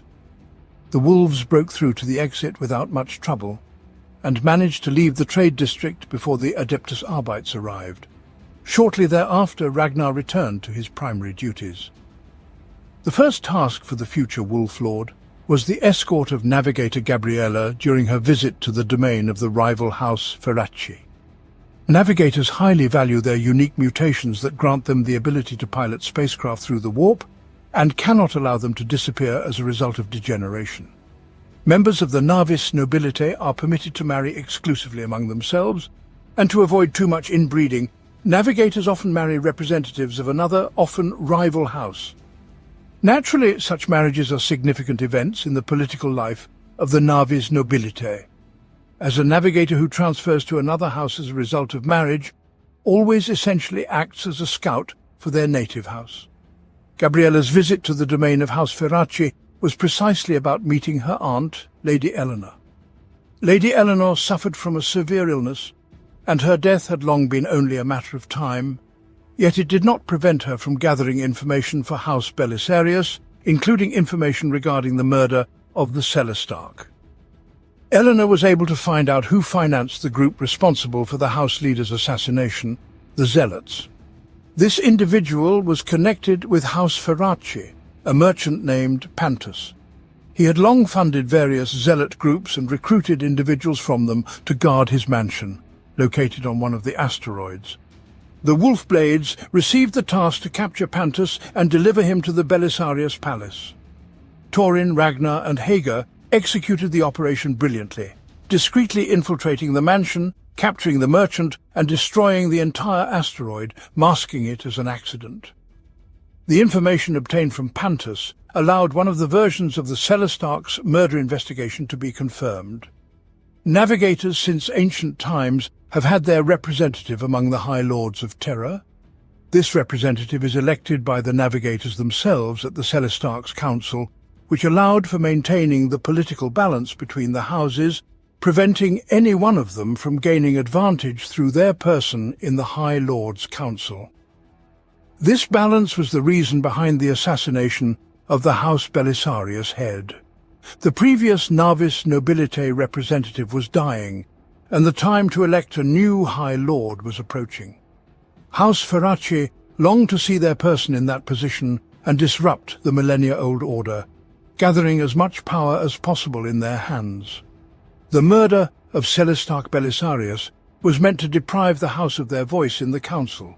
However, the aggrieved house was unexpectedly quick in electing a new head, so another attempt on their life was forthcoming. Nevertheless, the information obtained from Pantus also helped establish the base location of the group of zealots responsible for the Celestarch's death and bring retribution upon the fanatics. The Wolfblades were once again heading into battle. The zealots found their refuge on the lower levels of Terra. People driven to desperation may follow any, even the most absurd ideas, and on the lower levels there was no shortage of followers. However numerous they might have been, the fanatics should have stood no chance against the Astartes and guardsmen of House Belisarius. Yet the zealots knew of the attack. There was a traitor amongst the navigators. The wolves faced desperate resistance. The fanatics were not only aware of the impending attack, but also displayed an impressive understanding of the tactical situation, quickly calculating the positions of the wolves no matter where they were. This was soon explained. The leader of the zealots was a psyker. The self-proclaimed prophet managed to organize the defense well enough to sever Thorin and the soldiers of Belisarius from Ragnar and Hager, who had charged to eliminate the emergent threat. The wolves carved a bloody trail through the fanatics, and Hager was the first to reach the psyker. The giant delivered heavy blows with his axe, one after the other, striving to break the sorcerer's shield. However, the prophet's power was fittingly matched to his title. Soon, Tentacles of pure light ensnared Hager, pressing him as though in a vice, shattering ceramite armor and inflicting grievous injuries, even for a space marine. The Psyker, celebrating his victory, failed to account for one thing. Hager was not alone. Seizing the moment, Ragnar broke through the shield and decapitated the fanatic with a blow of his chainsword. However, the loss of their leader only seemed to ignite the fanatic's fury. None of them individually could ever handle an Astartes, even if wounded. But there were still enough zealots for one of them to potentially end Ragnar and Hager's lives, even by mere chance. With no other choice and unable to break through to Torin, the wolves managed to retreat to a body of water through fierce battle.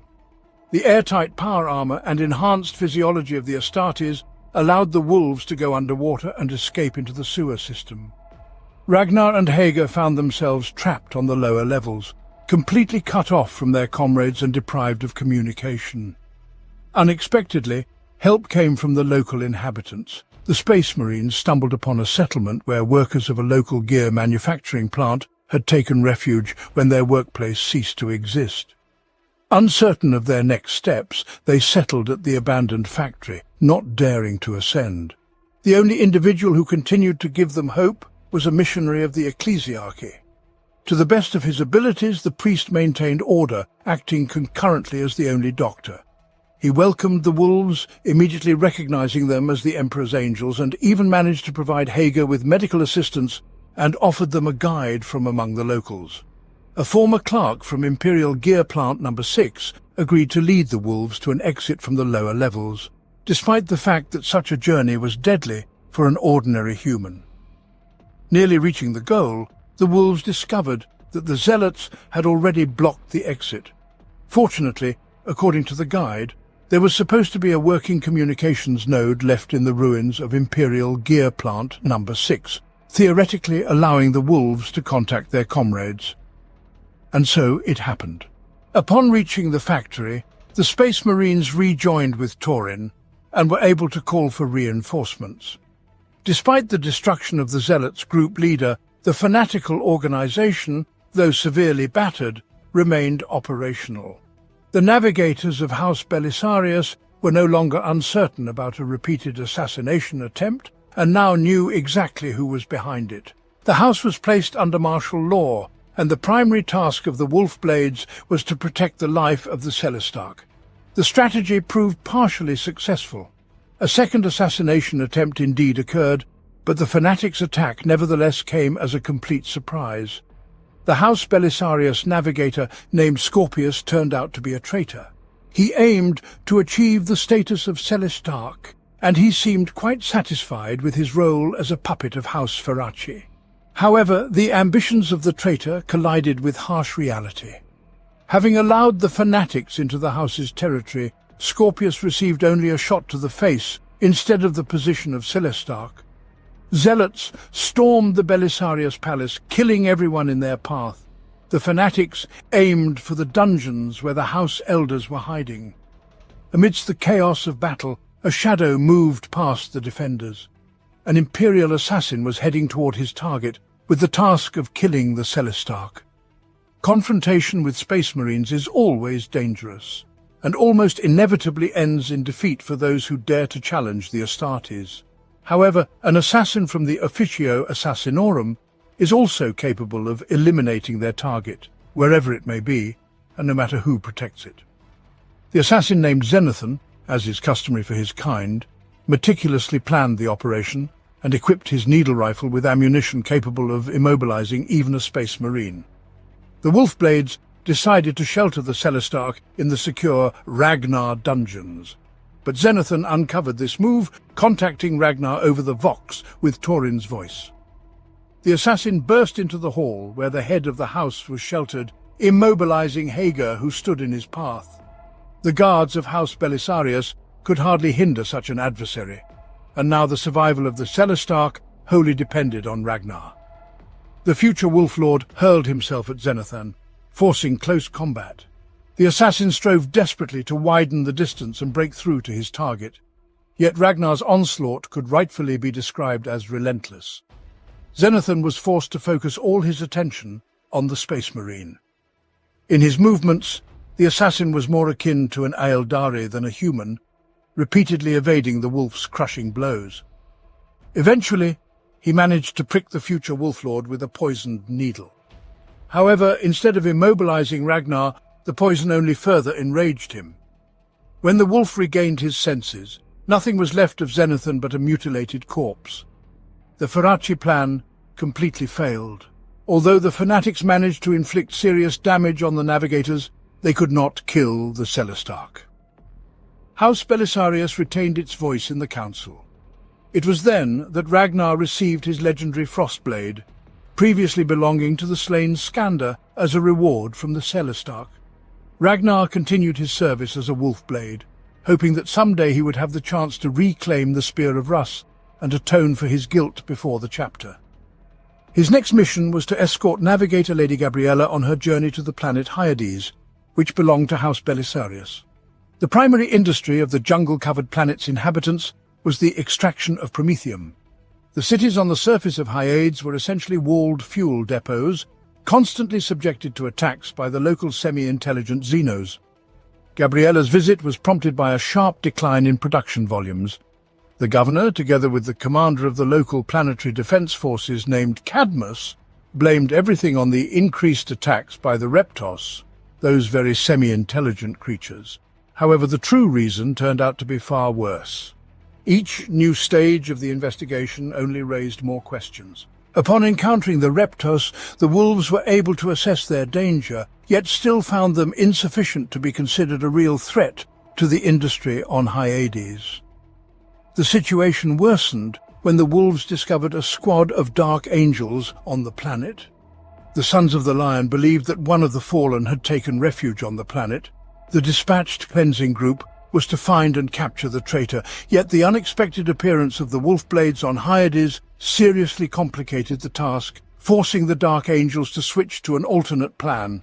The victorious Deliverer, a grand cruiser of the Dark Angels, emerged from the warp at the edge of the system, scattering the orbital defense stations. The Sons of the Lion prepared for a full-scale invasion. Of course, Ragnar and his companions knew nothing of the Fallen, and perceived the hostility of another chapter loyal to the Emperor as yet another example of the Dark Angel's treachery. The situation quickly became critical, and the Wolfblades were tasked with finding and capturing the previously discovered cleansing group to ascertain the reason for the attack. Ragnar, Thorin and Hager descended into the underground fuel depot, where the Angels had previously retreated. Meanwhile, war came to Hyades. Drop pods fell on the capital, and the Sons of the Lion engaged in battle with Cadmus's men. The wolves' hunt for the cleansing group was successful. Of course, the Dark Angels were excellent warriors, yet few could withstand the mighty Hager, the lightning-fast Thorin, and the ferocious Ragnar. The Sons of the Lion were spared from certain death only because the wolves needed answers, not bodies. Captain Guy and Jeremiah, who led the cleansing group, accused Cadmus of being a traitor whom the Dark Angels had been hunting for a long time, naturally omitting details related to his treachery. However, these accusations meant little to the Wolfblades. Their task was to ensure the safety of Lady Gabriella, and the unfolding war on Hyades put that very safety at risk. The wolves decided to deliver the captured Marines to the planet's command. Yet the words of the Dark Angels were soon confirmed by Cadmus himself. The Fallen had slain the governor and taken Lady Gabriella hostage. The traitor's objective was to cause chaos on the planet and incite the Sons of the Lion and the Sons of Russ to battle against one another. His calculation was wholly successful. The ship of Berek Thunderfist, next in patrol route, immediately engaged the triumphant Liberator and succeeded in deploying a landing force on the planet. The wolves attacked the Dark Angels, while the planetary defense forces, following orders from Cadmus, attacked everything that moved. Ragnar's squad had to join forces with the captured sweep team, as they could now only stop the burgeoning madness by reaching Cadmus. Furthermore, the Wolfblades were tasked with rescuing the Navigator. The Fallen was found in his hideout beneath the ruins of an ancient temple. As it turned out, Cadmus had made a deal with Maddox. By orchestrating a battle between the Space Marines, he allowed the Legion of the Thousand Suns to obtain the gene seed of the Sons of Russ.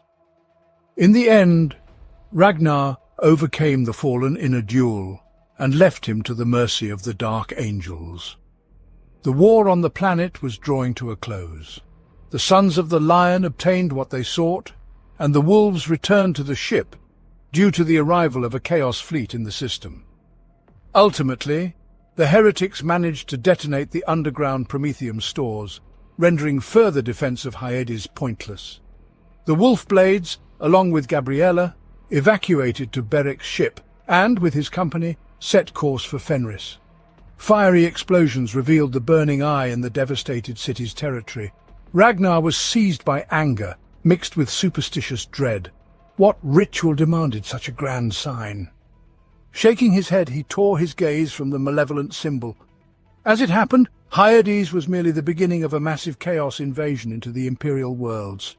Legions of traitors attacked the planets surrounding Fenris, and in merely half a year the entire subsector was ablaze in the fires of war.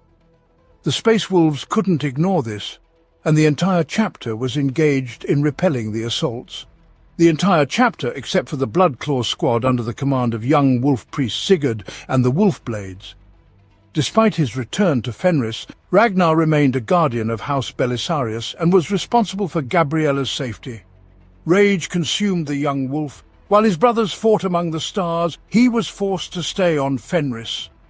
The situation was not ameliorated by the attitude towards the Wolf Blades among the Blood Claws. Every Space Marine of Beric's company knew in detail what had transpired, and would have been delighted to see Ragnar in their ranks, but the young Claws considered the future Wolf Lord an outcast, one who had failed to protect the Spear of Russ.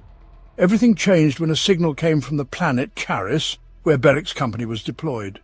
The Wolf Lord was ambushed while storming the governor's palace at the centre of the capital and was mortally wounded by the Spear of Russ. Command of the company passed to Wolfguard Sternmark. The Space Marines requested reinforcements to make another attempt to storm and reclaim the lost relic. Unfortunately, all the wolves currently outside the Fang were engaged on fronts throughout the subsector, and even Grimnar's first company was scattered across various detachments, providing support to those in need. All the Great Wolf could muster as a response was a squad of Bloodclaws and 3 Wolf Blades. Upon arriving at Charis, the wolves found Imperial forces in a dire situation. The heretics were preparing a massive assault, and Sternmark was awaiting the arrival of the Great Wolf himself with his company. Everyone was on edge. The deployed Imperial Guard regiment had suffered enormous losses, and there weren't enough wolves to seal the ever-growing breaches in their defence. Instead of an entire company of seasoned warriors, Sternmark received only a handful of youngsters and 3 Wolf Blades. The situation was further complicated by the apparent presence of enemy sorcerers. According to Inquisitor Volt, the heretic offensive throughout the subsector was part of a ritual of apocalyptic proportions, with Charis as its focal point. Whatever the traitors had planned, it was imperative to stop them. The first priority was to behead the heretic forces by eliminating their entire command structure. Sternmark believed that doing so would disorganize the traitors and allow stabilization of the situation. Intelligence indicated that the entire higher command of the heretics had gathered at the Planetary Defense Force base to draft a plan of attack. The task of its destruction was assigned to Ragnar and the Bloodclaws. Following a massive artillery preparation that drove the traitors into bunkers, wolves deployed onto the base using the teleport aboard the ship Beric and began the purge. The assault marines moved from bunker to bunker, annihilating everything in their path. When the wolves reached the headquarters, they were greeted by a scene both horrifying yet expected. If the heretic command was planning an assault, their meeting bore an uncanny resemblance to a sacrificial ritual. The heretics were slaughtering one another, chanting prayers to the Changer of Ways and summoning the unborn abominations into the world. The wolves stormed into the conference hall, cutting down officers one by one and engaging the demons in battle. Soon it was over. The assault marines accomplished their task, although they suffered losses. Several Bloodclaws fell in battle against the warp creatures, and wolf priest Sigurd vanished without a trace in the chaos of the fight. However, the loss of command did not seem to affect the heretics' actions. It seemed as though someone, through unknown means, was giving commands from afar.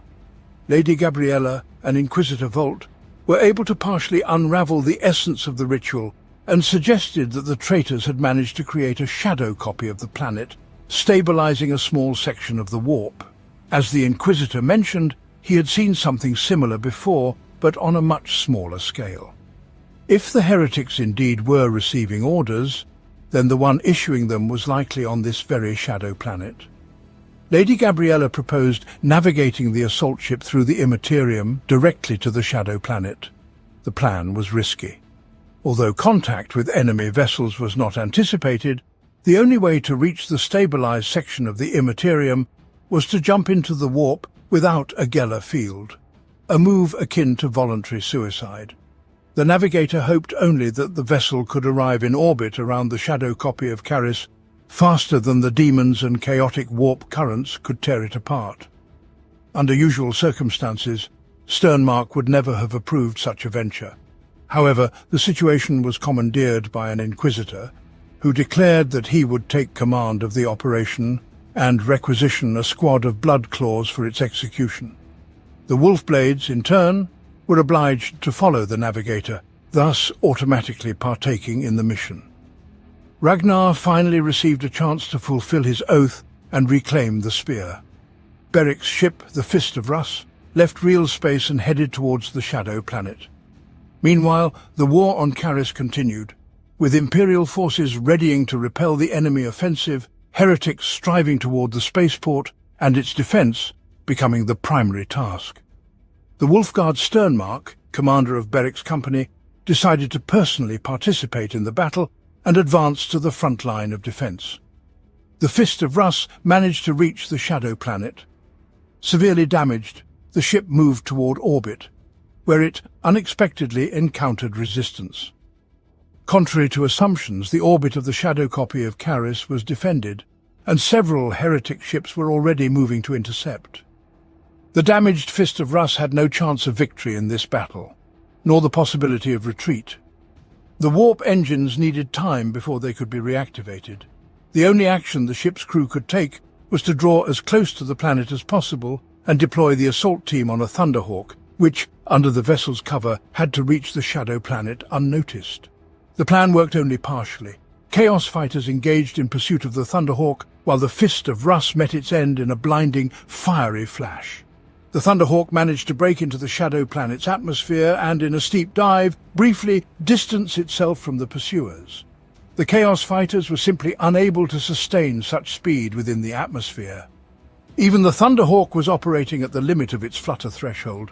However, soon the chase resumed. The Thunderhawk surged forward, striving to deliver the assault troops as close to the city as possible, continuously firing its onboard weapons.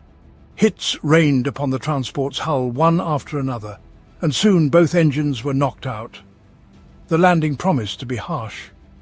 Meanwhile, in real space, the Chaos forces initiated their advance. Wave upon wave of mutants crashed against the defensive lines, disarming mines with their bodies and forcing the defenders to deplete their ammunition. With each assault, the traitors pushed further, and soon a mound of corpses had formed before the barricades. On many sections of the defense, hand-to-hand combat had already commenced. The landing was indeed harsh. The pilots did not survive the collision with the ground. Fortunately, the Inquisitor and Lady Gabriella were almost unharmed, and now there were only two paths: to attempt to head directly to the city through the fields, or to retreat to the mountains where they could find refuge from their pursuers. Staying at the crash site for too long meant signing their own death sentence, as the fighters were already returning to finish off the survivors.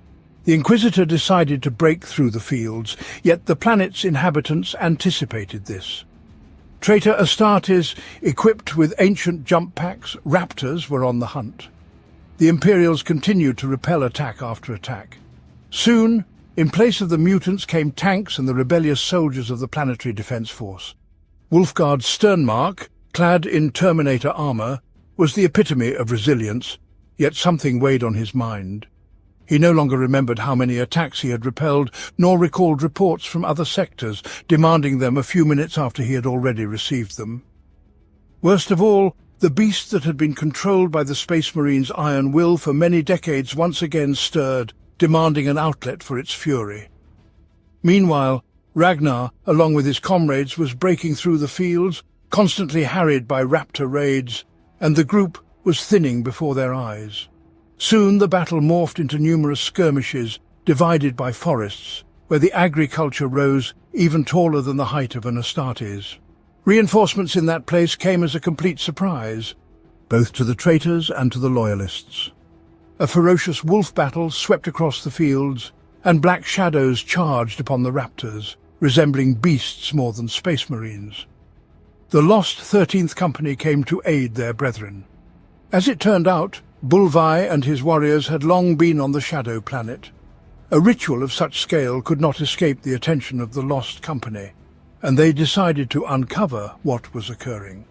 The data obtained by Bulvai helped the Inquisitor piece together a complete picture of the events. The attacks throughout the subsector aimed to create a ritual affecting the Space Wolves' gene seed, awakening the curse of the Wulfen within them. Thousands of suns plotted to destroy their ancient enemy by exploiting its curse. Heretics continued to advance on the spaceport. Despite the Space Marines' resilience, the prolonged battle was depleting the Imperial forces. Many Astartes, having long exhausted their ammunition, exchanged their bolters for the guardsmen's weapons. Worse yet, the ritual's influence grew more evident. The young suffered most, those who had not yet learned to contain the beast within. They began to see hallucinations, and here and there over the battlefield wolf howls rang out. The Imperials retreated, surrendering one line of defense after another until they reached the very spaceport. Upon reaching the final defenses, Sternmark discovered that the Guard Command had evacuated equipment and men. In their view, further defense was futile. Sternmark, in a rage, stormed into the command bunker, determined to convince the Guard Command of the necessity to stand until the last. But at that very moment, the ritual of the Thousand Suns came into full force. The Wolf Guard turned into a Wulfen and launched a true massacre at the headquarters, killing those who were nearby. Bulvai's plan was simple.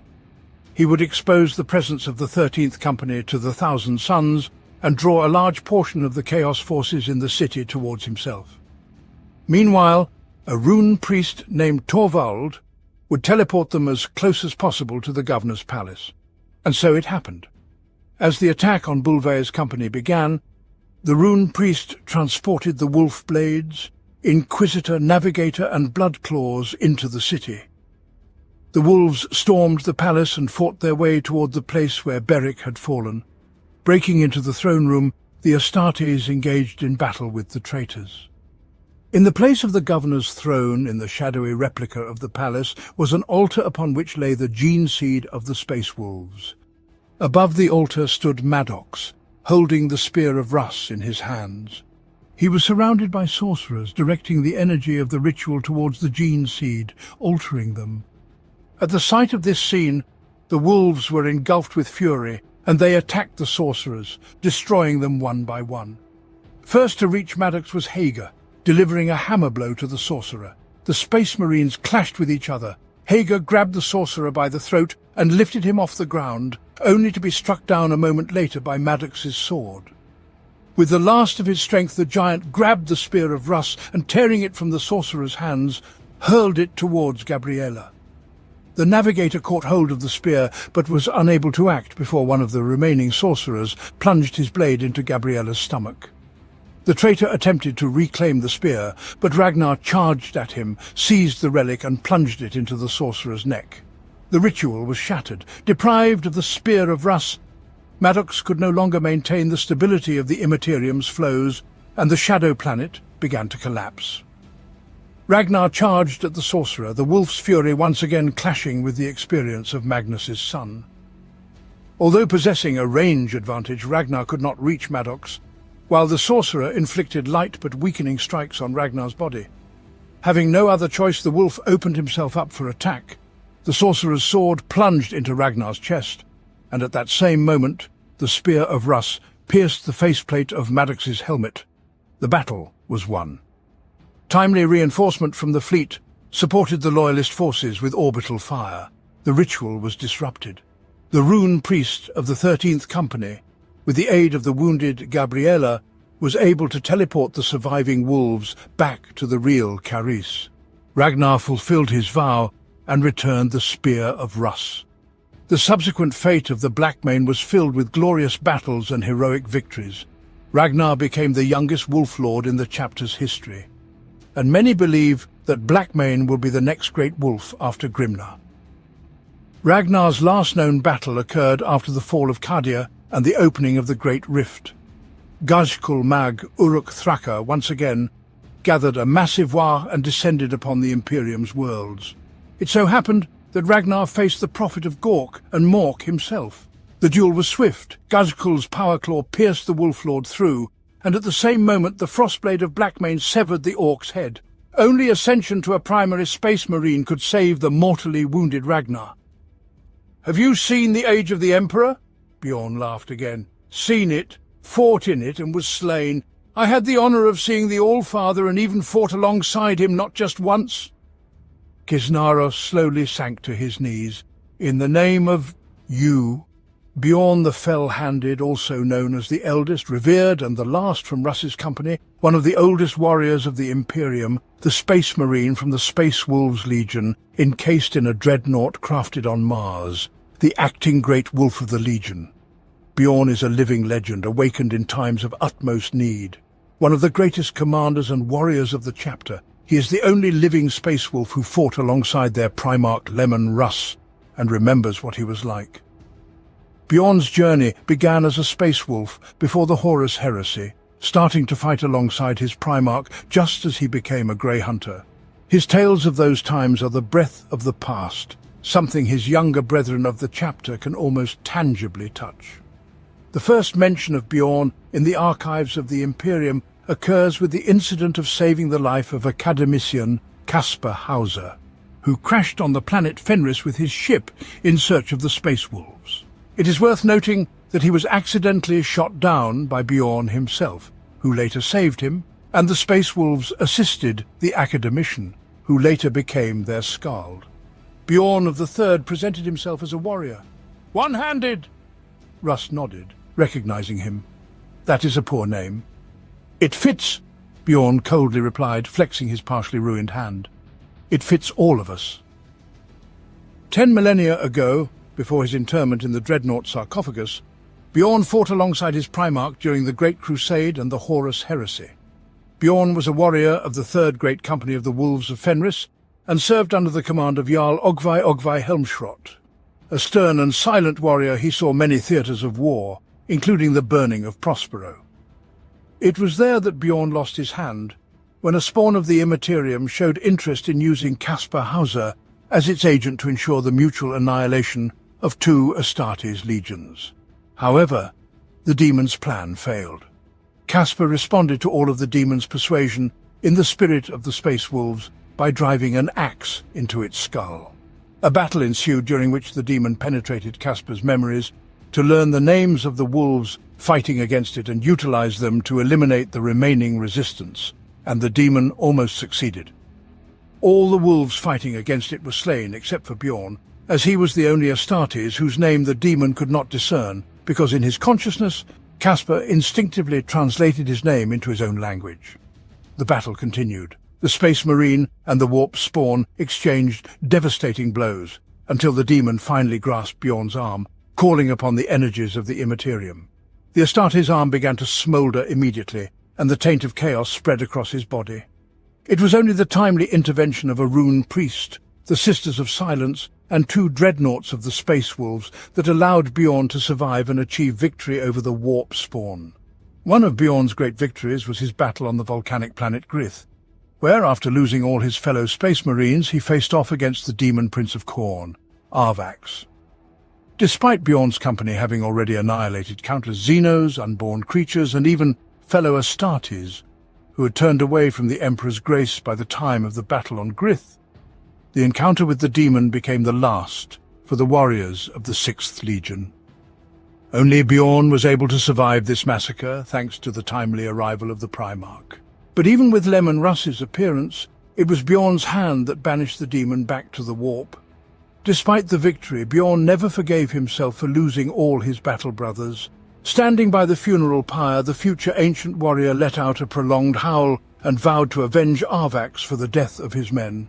Finding the demon again took 5 standard Terran years. Russ immediately led the Space Wolves into battle with the intent to personally destroy Arvax. But breaking through the Khornite horde, the Primarch discovered that he had been outpaced. Bjorn had already engaged the demon. Dodging the furious blows of the warp spawn, the enraged Space Wolf sought the right moment for an attack. And so, rolling away from another swing of the demonic sword, Bjorn struck with a single blow and cleaved Arvax's body in half, then slit the still-living demon's throat, thus fulfilling his vow made to his dead brothers. After the victory over the spawn of Khorne, the Primarch elevated Bjorn to his personal wolf guard and gave him the nickname Fell-Handed. According to the skalds of the Legion, the story with the demon and the lost brothers influenced Russ's decision to leave Bjorn with his legion, while all the other warriors of the Wolf Guard departed with the Primarch on his journey to the Eye of Terror, from which he has not returned to this day. No one knows what became of Russ after his disappearance. Several theories exist, but none of them are 100% confirmed. However, the leaders of the Space Wolves are still visited by visions, after which they organize great hunts, massive expeditions to the far reaches of space. It is claimed that in each of these great hunts, the wolves have found traces of their Primarch. The second great hunt led to the discovery of Russ's power armor in a temple of Horus on Rudra at the very edge of the Eye of Terror. The fourth great hunt unveiled the Corellian conspiracy and thwarted the overthrow of the planet's administration in the bloody coup. The ninth great hunt led to the extermination of the Jin Stealer lair, which had overrun the worlds of the Hyena star systems. It seemed that whenever the spectre of Russ appeared to his people, he had a specific mission for them. Who knows what the next one will be? The Space Wolves awaited the return of their Primarch. At the annual feast, food was brought to his place, and his horn was filled in case he returned. The years passed, but he did not appear. 7 years later, the surviving Wolf Lords gathered and elected Bjorn as their leader, bestowing upon him the title of Great Wolf. The greatness of Bjorn the Fell-Handed as a Wolf Lord was interrupted during the uprising in the Proxima sector. The battle took place in the year 934 of the 31st millennium, when he led a strike force to storm a fortress to free his brethren. The success of this battle ended for him in mortal wounds and a crippled body. Neither the apothecaries nor the wolf priests, known for their medical skills, could help him. Thus it was decided to place Bjorn in a dreadnought at his last request so that he could continue to fight for the Space Wolves. Already in the metallic sarcophagus of the dreadnought, he continued his journey as a space marine, which lasted another 500 years, allowing him to assist the Space Wolves. These were glorious years when many enemies of the Imperium fell by his hand, but even the fusion of technology and organic matter could not allow him to live forever, and Bjorn began to fall into slumber more often, ever more difficult to awaken. Iron priests monitor the condition of his metallic body, allowing him to sleep and awakening him once every millennium. During this brief period of wakefulness, Bjorn speaks of his deeds and converses with the rune priests. Among other battles, Bjorn took part in the battle for the Fang, the precursor to which was Prospero. Magnus, fiercely hating the Space Wolves, could not leave things as they were, and this served as a precursor for his actions. With a cunning plan, he provoked the great wolf Harek to gather the Space Wolves' forces and lead them into the Eye of Terror to the planet Gangava, where Harek believed the base of the Thousand Suns was, and did not hesitate to unleash the full might of the Legion upon it. But he was wrong. At that very moment, the true fleet of Magnus the Red emerged in orbit over Fenris and attacked the wolf stronghold. Realizing they could not repel the attack with their forces, in the hour of great need the rune priests awakened Bjorn the Fell-Handed, as he had fought against the Thousand Sons Legion personally and knew Magnus the Red's capabilities. For 40 days and nights the Chaos Space Marines of the Thousand Sons besieged the Fang, and all their efforts were unsuccessful. Under Bjorn's leadership the Space Marine fortresses were able to stand, and the returning forces drove Magnus from the planet. The price of this victory was the life of the great wolf Hurrick, who, dying, managed to deliver a grievous wound to Magnus and force him to retreat. Although Bjorn was not awakened for the first war for Armageddon, he nevertheless showed activity during the Months of Shame. He was awakened by the garrison of Fenris to negotiate a cessation of conflict with the Inquisition, whose forces had besieged the planet. Bjorn proved to be more prudent than Grimnar and was able to halt the conflict, the cause of which was the killing of Lord Inquisitor Gesme Kisnaros by Logan Grimnar aboard the Inquisitor's flagship. Bjorn's sole demand, other than that the Inquisition never returned to Fenris, was that a Grey Knight accompany him to the fortress and address the Space Wolves, so that they would forever remember him and this war. The ancient warrior is alive to this day, and although it becomes increasingly difficult to awaken the ancient dreadnought each time, once every 1,000 years Bjorn comes forth to a new generation of Space Wolves to share his centuries-old experience and recount many instructive and glorious tales from the times when the Emperor walked among men and Leman Russ personally led his sons into battle, reclaiming the galaxy for the resurgent humanity.